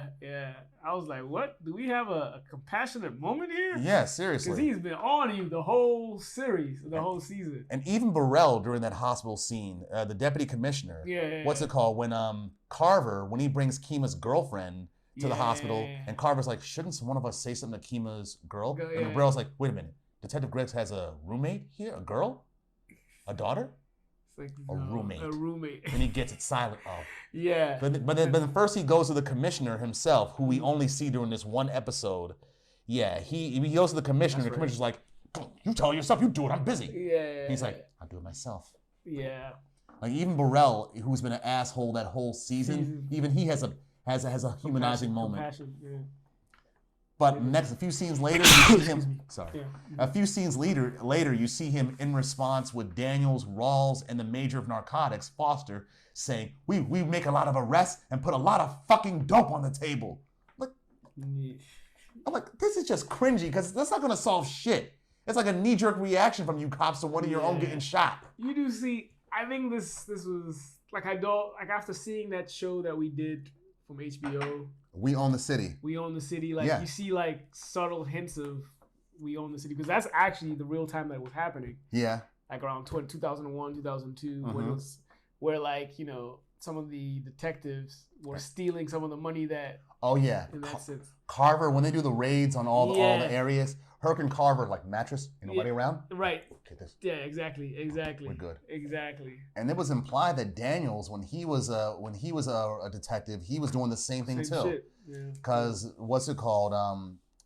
When the FBI contact that McNulty has, Fitzhugh, says Daniels might be dirty because he has more hundreds of thousands of dollars than any city police lieutenant should have. Yeah. But McNulty's like, maybe he plays a stock market or gets lucky. Yeah, I do remember that. I do remember when he said that. Yeah. But they hold that over Daniels' head throughout the whole series, though. Yeah. Because even Burrell at the end of this season, he's like, FBI field reports. Like, even you got it too? Yeah. But yeah, Daniels, he might have been... Let me just say this. Daniels was dirty. Which is why he was so adamant about his cops being clean, because of how he was when he was a detective. Yeah. And that lecture he gave to Carver at the end when he learned that Carver was the rat in the unit going to Burrell. Yeah. You were a rat for an exchange for a sergeant promotion. I get why you had to talk to the deputy commissioner, but keep in mind that when you become a supervisor, this is what's going to happen. You think he was hitting the girl from Orlando's? Oh, you mean Lester Freeman. Yeah. That becomes his girlfriend. Oh, in the later seasons? Yeah, I mean, the way Lester flirted with her all throughout this season. Yeah, you could see. The gift of corrected vision. Yes. Oh my God, I can see everything's so in focus. Well, what man wouldn't be? Right, I caught that. And when he's having lunch with her and closes the door when Herc and Carver keep looking. They saw it. They're like, wait. Like, what's going on here? Like, fuck y'all. Ain't none of your business. Exactly. Yeah, Chardine, she's a stripper with a heart of gold. Yeah. Wendy Grantham, that's the actress that portrays her. She went to Harvard. Oh, okay. Mm-hmm. She was originally Lawrence Gilliard's girl, right? Yeah, when D'Angelo's like, can I see you sometime? The other Barksdale, D'Angelo. He's a nephew. He's Avon's nephew. But they don't look that far apart in age. Yeah, they don't. And we see... Avon fucked him over. Yeah, with that run, he made him take the jersey. Yeah. Well, Avon didn't really fuck him over. He didn't know there was a wire on him at the time. Oh, he didn't. He didn't know there was a wire in his office. Oh, in the office, yeah, too. Yeah, so that's why. That's what put them on it. Yeah, that's right. And they waited all day before D'Angelo left. That's right. Yeah. But what's it called? And I noticed D'Angelo's mother, Michael Hyatt. Yeah, from Sissy. Yeah, I was like, oh shit. Now you see why people call her the worst mother ever, not just because of this shit. Yeah, I was like, what? Are you a typecast? I'm like, you talk but the way she first appeared in the series when not just when she brings D'Angelo lunch in the projects, but when she curses out her brother Avon. Yeah. You sent my son to New York in a motherfucking rental. Taurus? Yeah, rental. Yeah. And you're gonna ride with that patch in the trunk by himself? Right. I'm like, well, she's right though. He should have had someone with him. Exactly. But Avon didn't know that the wire was on him in the back of the club. He knew about the payphones and whatnot. Yeah. They were able to get around that eventually. Mm-hmm. But what should have told him something was the narcos when they raided the main stash. Mm-hmm.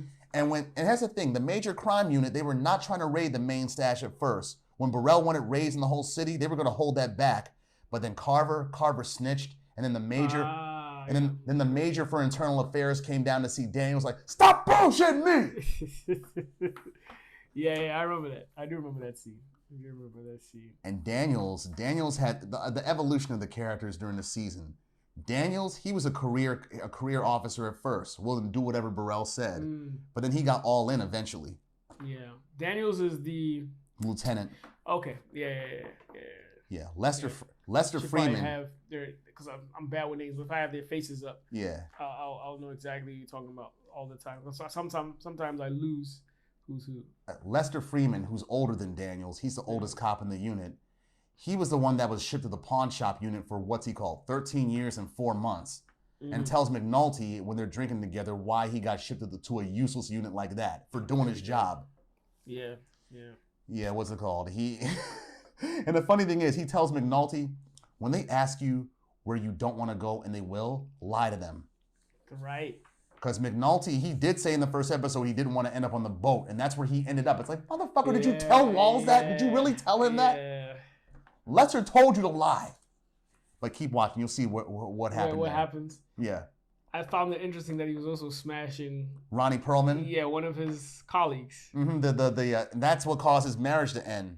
because he was smashing the AUSA. His wife found out. Mm-hmm. Had a private detective on him taking pictures. And McNulty, you see how he used his sons to spy on Stringer Bell? Yeah, I was like, yo, you putting them in this? That's crazy. In Lexington Market, too. That's what, I peeped that. I was like, that's crazy. Like, you putting them at harm's way, potentially. That's why the wife called that ex parte hearing, because when she learned about this, like, fuck that. I want custody of my kids. Yeah, exactly. You can't have them following no drug dealer around the city like that. Exactly. And he lost them in the process, too.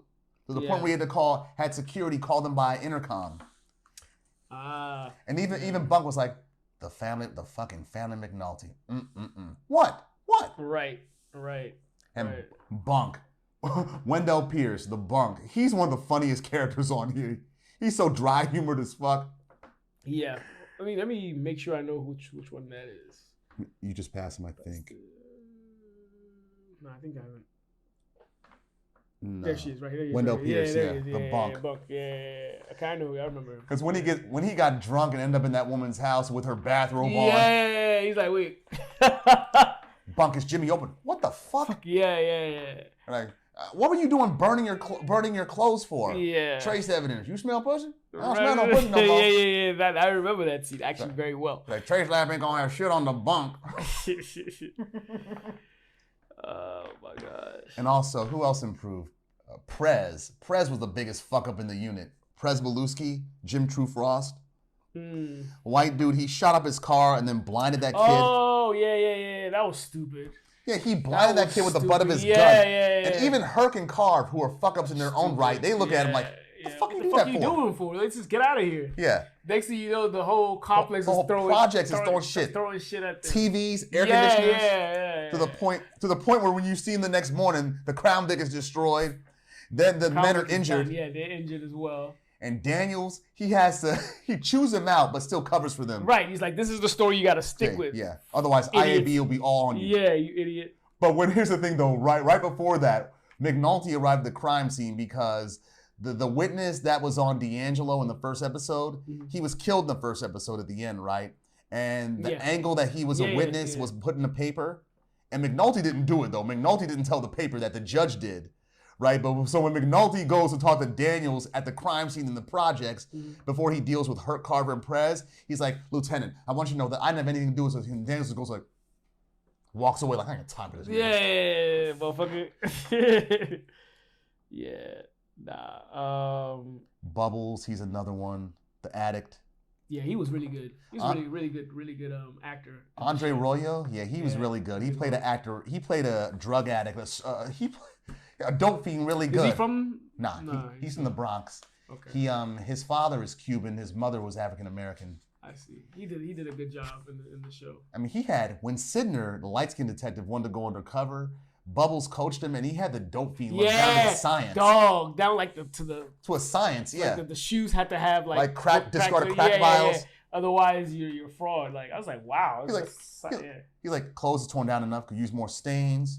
Like, what the fuck is that? It's my wedding ring. His white boyfriend that had bad luck. Isn't Leo he from Fitzpatrick, Kids? yeah. Leo Fitzpatrick, he was Tully from Kids. From Kids, I recognized him. I was like, yeah. Yeah, Leo Fitzpatrick, yeah, that's him. Yeah. I'm a Viking, Holmes. Yeah. He had the worst luck, dog. Yeah, he did. Even Bubbles had to remark. Yeah. That white boy got no luck. Yeah. When he had them fake $10 bills or whatever, and Bodie, Putin, Wallace beat the shit out of him. He's lucky he wasn't killed. That's how you get killed. He had him on a colostomy bag, and he found out that he had AIDS, too. Yeah. That's what y'all niggas get for sharing needles. Yeah. And Bubbles, he a low bottom dope fiend. I mean, in that NA meeting just for a day for the it wasn't even a day. It was less than that. Because he was hours. Because the what's his face, the white boy was like, "We just shot up this morning. What are you talking about?" Yeah. That was funny. But we see Waylon, that's singer Steve Earle. Yeah, we see him later on in subsequent seasons. He plays a part in Bubbles' life. I see. Bubbles, though. The way he stole that, used a fishing hook and wanted to steal that. to steal the crack stash. Which turned out to be baking soda. Yeah, it was fake, yeah. Yeah, but... Selling, But his hat trick that he used with the Barksdale boys, where he puts a red hat on somebody important, so they can detect who's who. Yeah, that was done by the real life Bubbles. Yeah, really. Mm-hmm. There was a real Bubbles in Baltimore that David Simon and Ed Burns knew, who used the same trick. So that the feds could get on who's who. Right. Interesting. Yep. The characterization, McNulty, he's a good detective, but he's a selfish motherfucker. He's intellectually vain. Yeah. You're right. The case is really about him. Which is why he kept pushing for a wiretap early on, acting like a know-it-all. Which he was right about, though. Yeah, he was.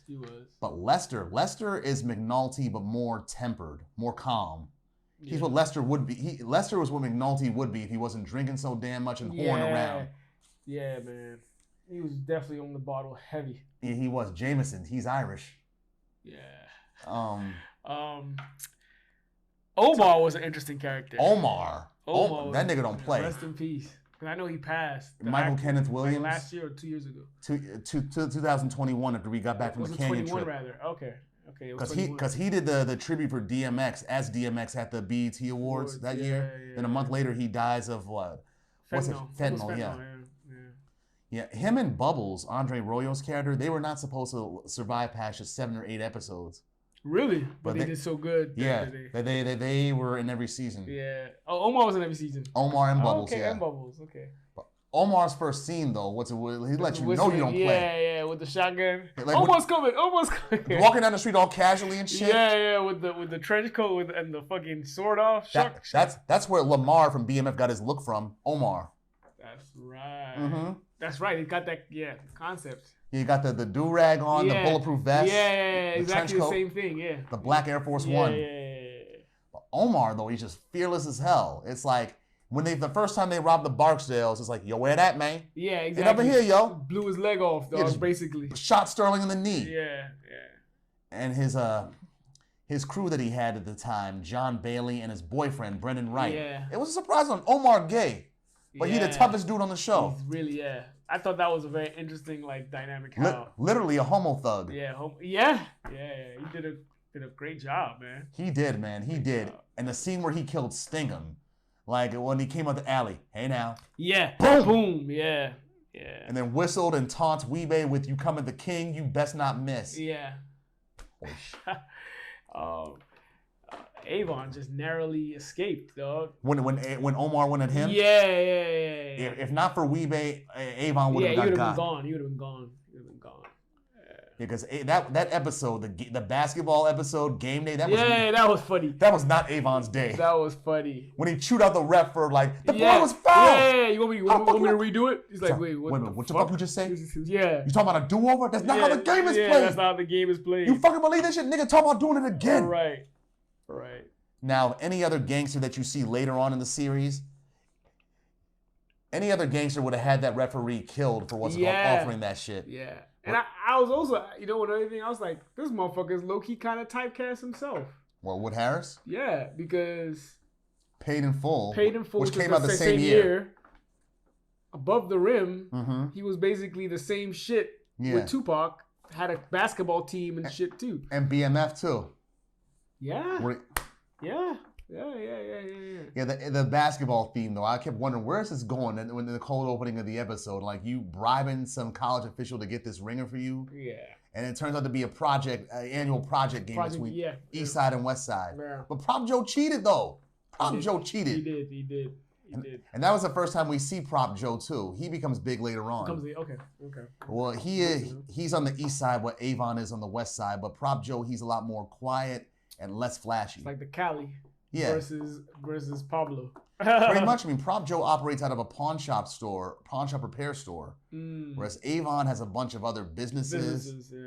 The funeral home, the tow truck company. Yeah, I forgot about the funeral home. The strip club. He was so paranoid when he was about to incorporate the funeral home he's like, no, we don't talk indoors anymore. Yeah, he was at first. You see him at first, he was like, nah, it's too stiff in here. Yeah. But then he looks out the window and sees the funeral home workers shooting craps in the alley, and then he feels at home. Yeah. I thought that was funny how that made him feel at home all quick. Exactly. What's it called? D'Angelo, his nephew, Larry Gilliard Jr., he was good. He was good. He was actually a very good actor in it. Yeah, very conflicted about being involved in the game or not. Yeah. He shouldn't have been. Yeah. He ain't no killer. Yeah. He's not like how the other people of the group were like Weebay, Bird, Fredro Starr's character. Bird. Yeah. That nigga was straight disrespectful. Very.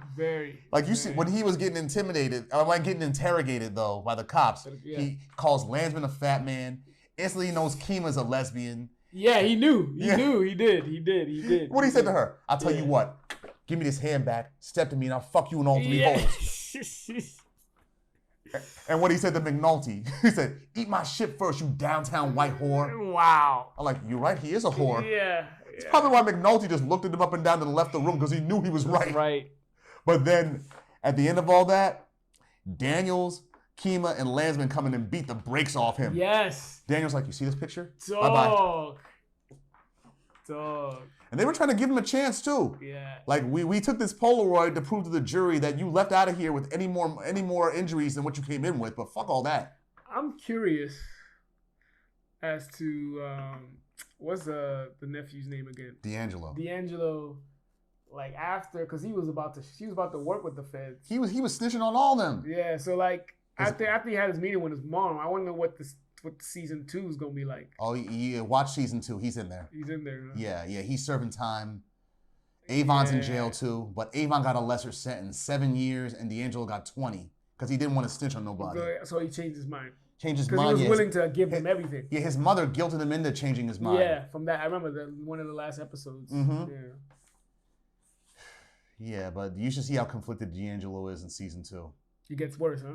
He's conflicted, has a full head of hair. Oh, wow. But let's talk about... I actually thought he was bald, but no, he has hair. Yeah. Okay. He's spending time in jail, yeah, it'll do that to you. Yeah. So but the baldness was a choice. Yeah, or a close cut, yeah. Yeah, close cut, yeah. But there are scenes in season 1 where he looks like a cancer patient because he ain't got no eyebrows at certain times. Yeah. Facts. And his crew under him in the pit after he gets demoted to the pit in episode 1 as opposed to one of the towers that he did have. Yeah. He had Bodie, Poot, and Wallace, played by Michael B. Jordan. And damn, that was sad. Wallace, he should not have come back. He was stashed down on the Eastern Shore, was bored and came back and thought it could be back how it was, but nah. Yeah. A lot of shit. He stirred up a lot of shit when he left. Yeah. And the cops already got him anyway, so they knew he was snitching. Exactly. So from a criminal standpoint, I hate to say this, but they did the right thing. Yeah, because he would have ratted them all out eventually. Yeah, eventually, yeah. And D'Angelo kept trying to coach him, saying, if anybody asks you whether or not you win this game, tell them you win this game for life. You're always going to stand with your people. Yeah. He was trying to tell him. That really hurt D'Angelo. When he learned it, got proof of it. Yeah. Because before that, when after he got arrested in Jersey, and I was surprised at that too when I first saw this. What's it called? The state police can stop you like that, but then again, he had a bug on his car. Yeah. And when he sees what it's really about, when the Baltimore police department comes out in the car after he's getting arrested, when the arm goes around his back, he sees the other. Yeah, he's like, oh shit, he knew. He knew. He knew. But he lawyered. He's like, lawyer, motherfucker. Yeah. And they tell him about Wallace. He doesn't believe it. And then Stringer and the lawyer, Levy. When they come to see him. Where's Wallace, String? Yeah. Where the fuck is Wallace? Yeah. I'm like, I don't want this Payless suit wearing ass motherfucker representing me. Yeah. And Wallace was also, he did a good job, even though he didn't have a Baltimore accent. He did a good job as an American, but like also as a character. He did. Yeah. Michael B. Jordan. That was one of the roles that helped him get noticed. Right? Yeah, and also Bodie and Poot, J.D. Williams, and Trey Chaney. He's a real Oakland boy, right? No, they're both from. What's it called? Michael B. Where's he from? He was born in Cali but raised in Jersey. And so he was raised on the East Coast. Yeah, but what's it called? J.D. Williams, Bodie. I think that's his cousin in real life. I see. He's also from Jersey. I see. And Trey Chaney, who played Poot, he's from Forestville. Oh. He's from PG County. Okay. Mm-hmm. But you see how they all did well. They did. Yeah. When they killed Wallace, though, Bodie's trying to psych himself up, trying to insult him. You pissing on yourself. Stand up like a man. Yeah. Are you talking to him or yourself right now? Right. I could tell he was determined to rise up in the ranks. Because when Stringer, from season 1, I wonder if he's in the other seasons. He is. Yeah, I feel like he's trying to rise in the ranks. Yeah, he does evolve too, because here he's an angry kid, eager to start fights. Yeah. Eager to prove his worth. Like when Stringer talked to him in the car about Wallace, and that scene reminded me of The Godfather Part 2, when Tom, he tells Frankie Five Angels covertly to kill himself. Oh yeah. Yeah, Stringer covertly tells Bodie to kill Wallace. What about you? You built for this shit? Yeah. You ready to put in the work? Yeah. You got heat? Yeah. All right, soldier. Yeah. I remember that when Tom went in and was like, yeah, just do it, dog. Mm-hmm. Just quietly telling him to do it. Yeah, and he did. Yeah, and Bodie really wants to impress Stringer. He likes does. Stringer. I can tell. But and it works too a little bit because you see when Stringer starts changing things up in the pit, he tells Poot to get the fuck out of here, man. Yeah, I remember that. He don't like Poot. You don't like him. You think he's too flashy. Yeah, And like, you know. And that goes over to later seasons too. But when he gives the phones, only two people going to use these phones, you and Bodie. Bodie, yeah, and he had like a whole code for it. Yeah. Yo, that detective that figured out the patterns of like the page Prez. Bruh, that's some intelligence. It is. It's like some mathematician intelligence right there. He is good at math. I mean, Prez. Yeah. Even Lester had to give him props like Detective Prez Belusky. You have a gift for the paper trail and patterns. Yeah. Yeah, I mean, facts. I was impressed. I was impressed too because I thought Prez was just another useless hump in the unit, but he proves to be very valuable. Like later on when Daniels meets with Burrell and the internal investigations major, what's it called? They're trying to hurt the investigation by saying, "You need to send a few bodies back to me, Lieutenant." What is that house cat from the pawn shop unit and Valchek's brain dead son-in-law? What are their names? Detectives Freeman and Prez Belusky. Keep them. Send home Santangelo and Sidner. Burrell did that thinking he was hurting the unit, but you didn't know how Freeman and Prez turned out to be. And Herc and Carver, yeah, they evolve later on. Which one of those? The black one and the white one, the crooked ones. The ones stealing money. They're stealing money, yeah. When Daniels thought they were stealing money, when the truth is that wasn't them stealing, that was just a sloppiness on their part. Yeah. When the bag broke. Yeah. After they pulled over Weebay. That's right. Weebay's like, what money? What money? Yeah. So you don't mind if we take this off you? Do what you feel. Yeah. You pretending to take money from about this truck that I didn't even know was in there. Yeah. I remember that scene. Hassan Johnson, he's from Staten Island. I could tell. I could tell he's a New York boy. Who else? I like how they humanize the gangsters in this too. I agree. Like when they go for lunch or whatever and they go for some pit beef sandwiches. Yeah. And they're like, what's it called? Damn, bae, how can you stand there with all that hot shit up on it? The trick is not to give a fuck, boy. I got this. Yeah. All that horseradish you put on the knee. Mad so like, horseradish. Yeah. I've been to that spot, Chaps Pit Beef on Pulaski Highway. I recognize a few places in there. It's like I think that's the craziest part about this show. Like a lot of this dynamic, Baltimore is still like this. It is. I mean, Lexington Market, that's still under renovation, but it ain't. It's like 20 plus years after the show started, and it's still remote, like fairly close to what this was. I mean, a lot of the projects areas, they've torn them down. Yeah, but I mean, you're right. They've torn them down, but it's still, some areas of it are still very much like they look in the show. Yeah, they are. And like the dynamic is still like the crime, the drug dealing, it's still very prominent in some areas in Baltimore. It is. The school system is still shit. You look at season 4 for that. Like it's crazy that everything is kind of still the same after all these years. Even after the show pointed it out. It's very concerning. Yeah, it's very concerning. Like I said in season 4, what's about how that focuses on the education system and some of the kids in there. You know what the tagline for that season was? No corner left behind. Wow. Yeah. Also, the female characters in the show. For this season, they have like Ronnie Perlman, the AUSA, played by Deirdre Lovejoy, and Detective Kima Greggs, played by Sonia Sohn. Yeah. Callie Thorne, she plays McNulty's wife, Elena McNulty, and Maria Broom plays Daniel's wife. But like, here's what I thought at first. Like, because Kima was the only female in the unit, and proved to outshine Herc and Carver early in the very first episode. Yeah, definitely. 2 guns, remember? Oh no, 3 guns. Yeah. Proved to be a more capable detective than them. You would think that she'd be the one to like crack the case open amongst a bunch of male-dominated in a male-dominated group. But nah, she gets shot and taken out of action. I was like, damn, she died? But then after the next episode, I was like, oh, she's actually alive. She's gonna live. I was like, she's gonna live. That was a nail biter because that whole scene when she's undercover with Orlando and a Savino gets in the car. Savino, Chris Clanton, he played in We Own the City as well too. Oh, he was in there. He was one of the cops, yeah. You like it's crazy. He knows. He turns the volume. Yeah, and you're right. You see, they do it so well. How they make it a nail biter, because you start to see it spiraling down. Mm-hmm. You're like, oh fuck, he's very aware of what's going on. Yeah, and, I'm like, Savino is not coming back. And then what's it called? When she says the signs return, and Orlando's like, the Hobbits be changing the signs on you guys, confused y'all. Yeah. I'm like, something is about to happen. Something's about to happen. Then you see it. Stitcher, motherfucker. Yeah, exactly. And the cops, their reaction when they couldn't find her because of the confused street signs. Exactly. And when McNulty, Daniels, and then Sidner and Carver get there, they are just so distraught. Yeah.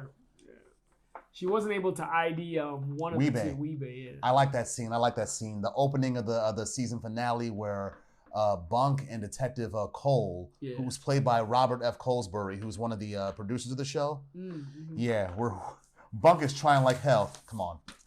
Yeah. It's like you saw him. He's like, man, I didn't get a positive ID on him. Like she knows it's him, even with all the evidence, but because she didn't see it, she's not going to say that in court. Yeah, exactly. She's like, sometimes things just got to play hard. Yeah. And Bunk is disappointed, but he respects her after that. Yeah. And McNulty, McNulty respects any cop who does their job, who's a good cop. Mm-hmm. Yeah, I mean, because I see how he starts to respect Prez later on, and Lester especially when he learns about Lester's history. Like you got sent to some bullshit unit all because you did your job. Right. So are they all in the next season or the ongoing seasons? Most of them are. Yeah, most of them are. But you see the ones who like disappear later, like Polk and Mahone. Yeah. You see them later on in like bit parts later on, letting you know that they're not forgotten about. Okay. But for the most part, the major crime unit, they return for another investigation next season. I see. Weebay though. After when he got caught in Philly. Yeah. It's like, how you gonna fuck up my car? You ain't to fuck up my ride. Yeah, nigga, you go into jail, you talk about your ride. That's the least. And your boxers and some socks. Right. Bunch of low bottom bitches. Right. and when they interrogating him, right, he's like, with the burgers, like with the pit sandwich, like, fuck it then. For another pit sandwich to taste out. I want a few more. Yeah, exactly. And this nigga starts taking murders that he didn't even commit. Right. Like the one that Bird did with the security man. So you did that too? Like I did. Yeah. Like he's trying to protect members of the organization. He's that loyal. Yeah. And he grew up with Avon and Stringer too in the Franklin Terrace projects where they now control. Yeah, Avon and Stringer, they're the same age, but Weebay, he's a few years behind them, but dropped out of school to sell drugs with them. I see. Yeah, so he's pretty much family in a sense. Yeah. Stringer is also an interesting character. Stringer Bell, it's like he's very cerebral as fuck. I know. And he behaves like, the civilian out of them. Like the businessman. Yeah, the businessman. He's very much, because like Avon's still kind of hood. He has the bandana. Avon is street, yeah. Street, yeah. But he's more like civil. Yeah, Stringer though, he's calculating and cold though. Yeah, he is. Like what's it called? I can tell how, and he's kind of sadistic too, because I can tell how he relished in delight when D'Angelo got demoted to the pit. He enjoyed it.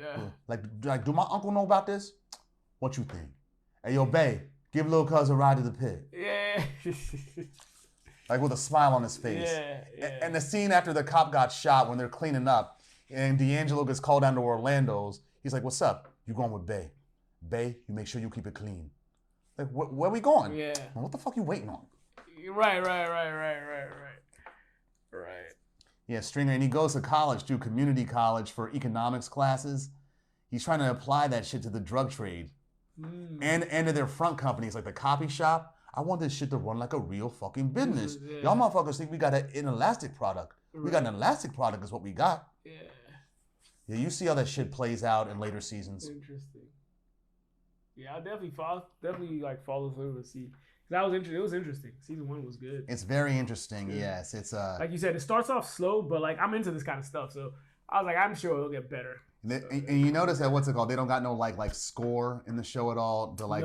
For certain scenes. Yeah. They'll have like a rap song playing in the background. That's part of the scene itself. Right, but nothing like significant, like that you can like attached to the show, like you're saying, scores usually here and there you have. Yeah, I mean they got the theme, they got songs. Songs, yeah. Yeah. They don't have like scores. You're right. The only score I would say they have really is at the end of every episode. The ending music, the credits. Yeah.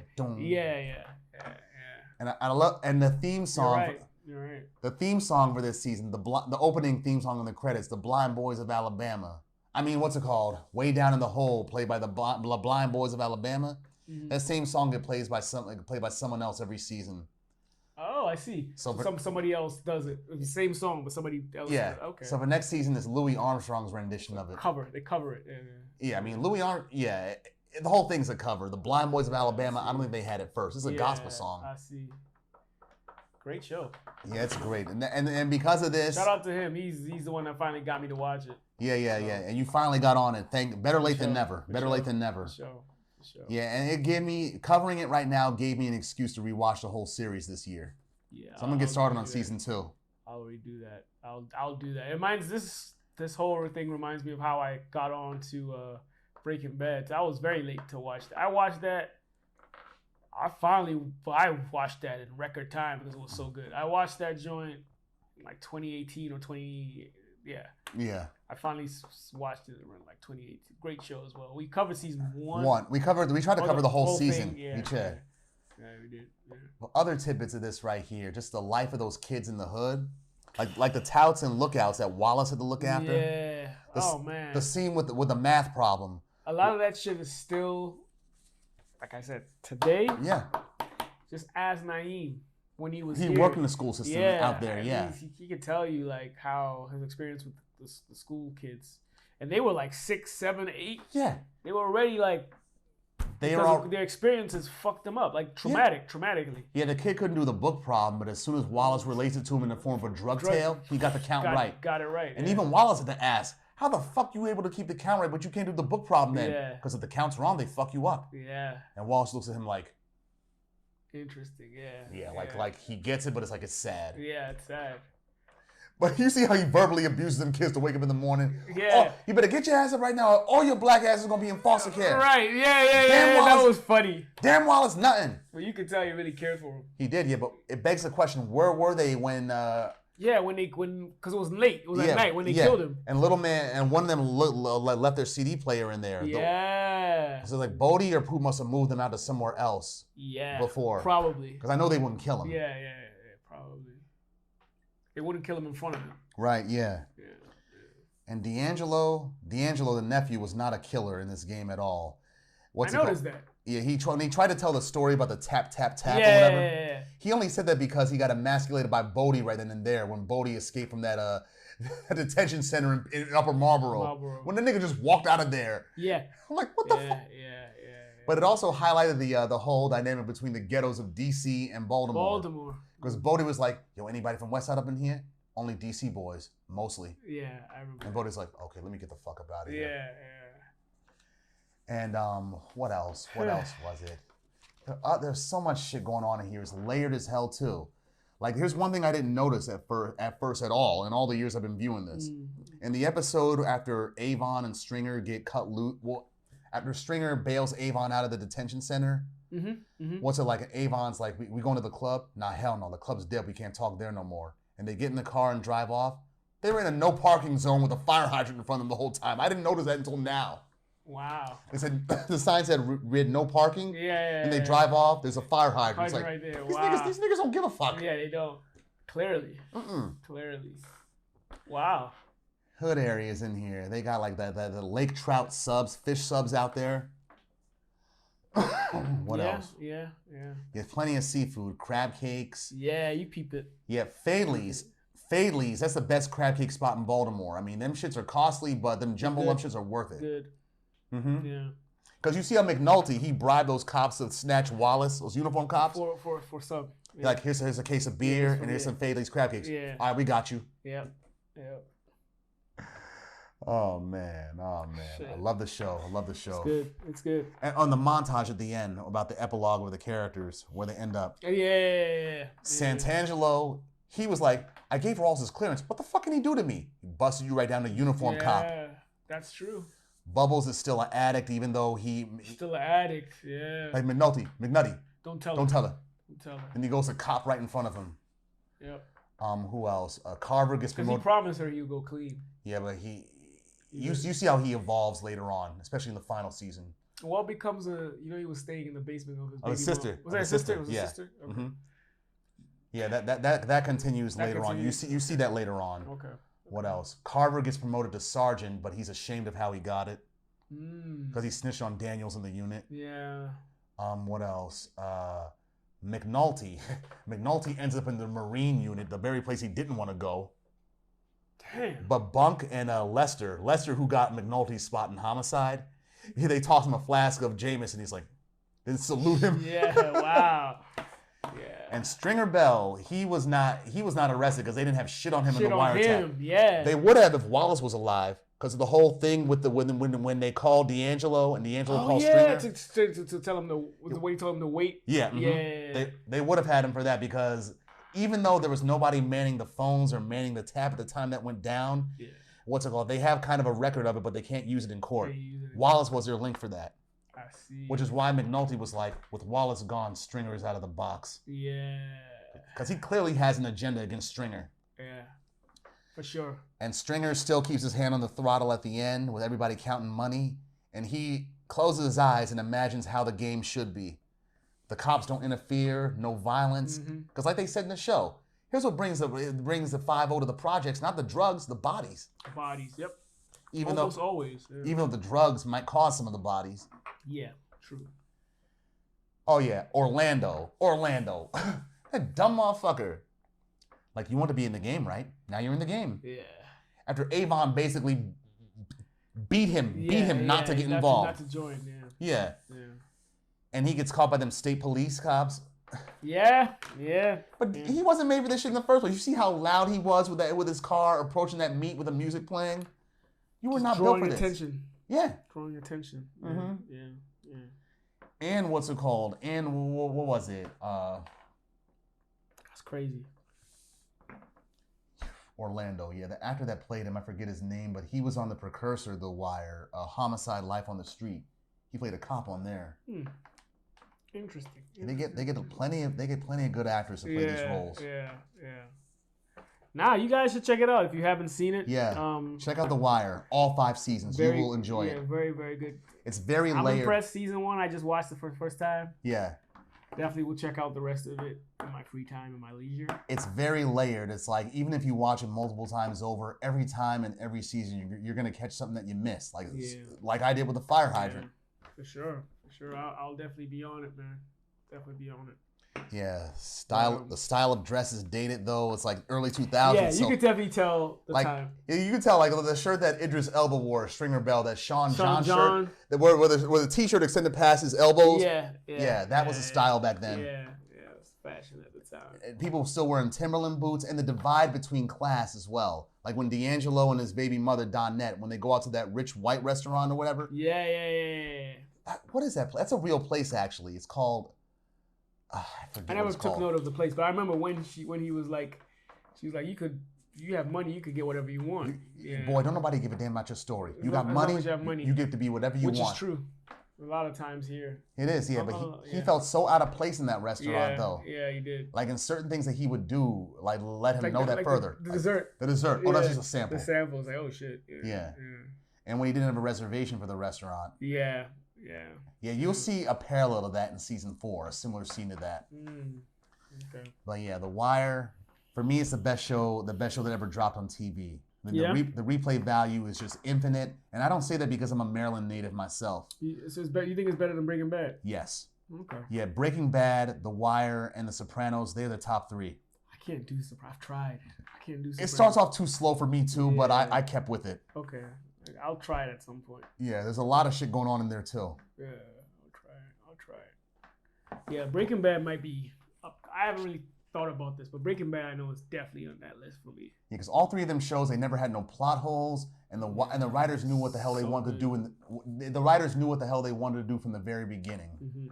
It's not like Power or any of those other shows where it's like just kind of going with the flow. Just going with the flow and just started insulting the audience's intelligence. Game of Thrones started that way, but like they didn't finish well. They didn't finish well. They could have ended it halfway through season 8 when Arya Stark, when she killed the Night King. Y'all could have ended it right there. Yeah. And I would have been happy.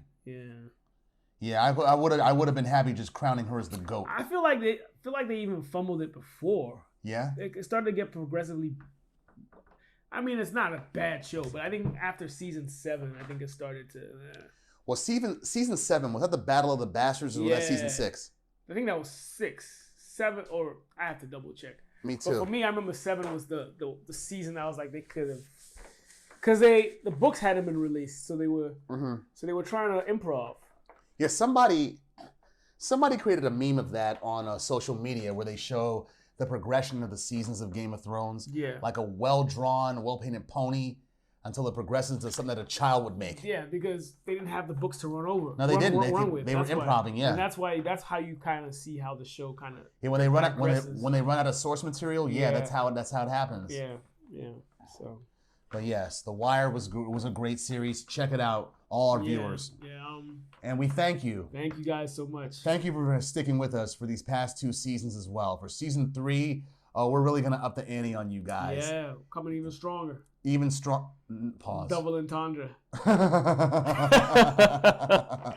Yeah. But we thank you for viewing. Thank you for viewing this. Yeah. Thank you for viewing all of our material. And for season 3, don't get it twisted. In the meantime, in between time, we're gonna be still shit posting at least to let us know to let you know we're still alive. Still going, yeah. Yeah. But we thank you for viewing this episode and all of our episodes, all of our previous 23 episodes throughout seasons 1 and 2. Also, check out my brother's. He has his own little pod on the side. I won't call it little. It's actually pretty damn good. Yeah.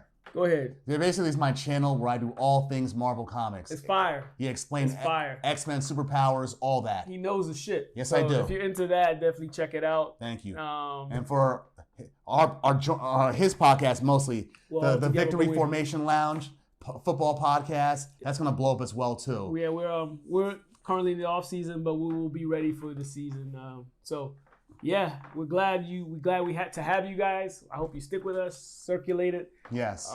We will be better next season. And love, stay blessed, stay safe.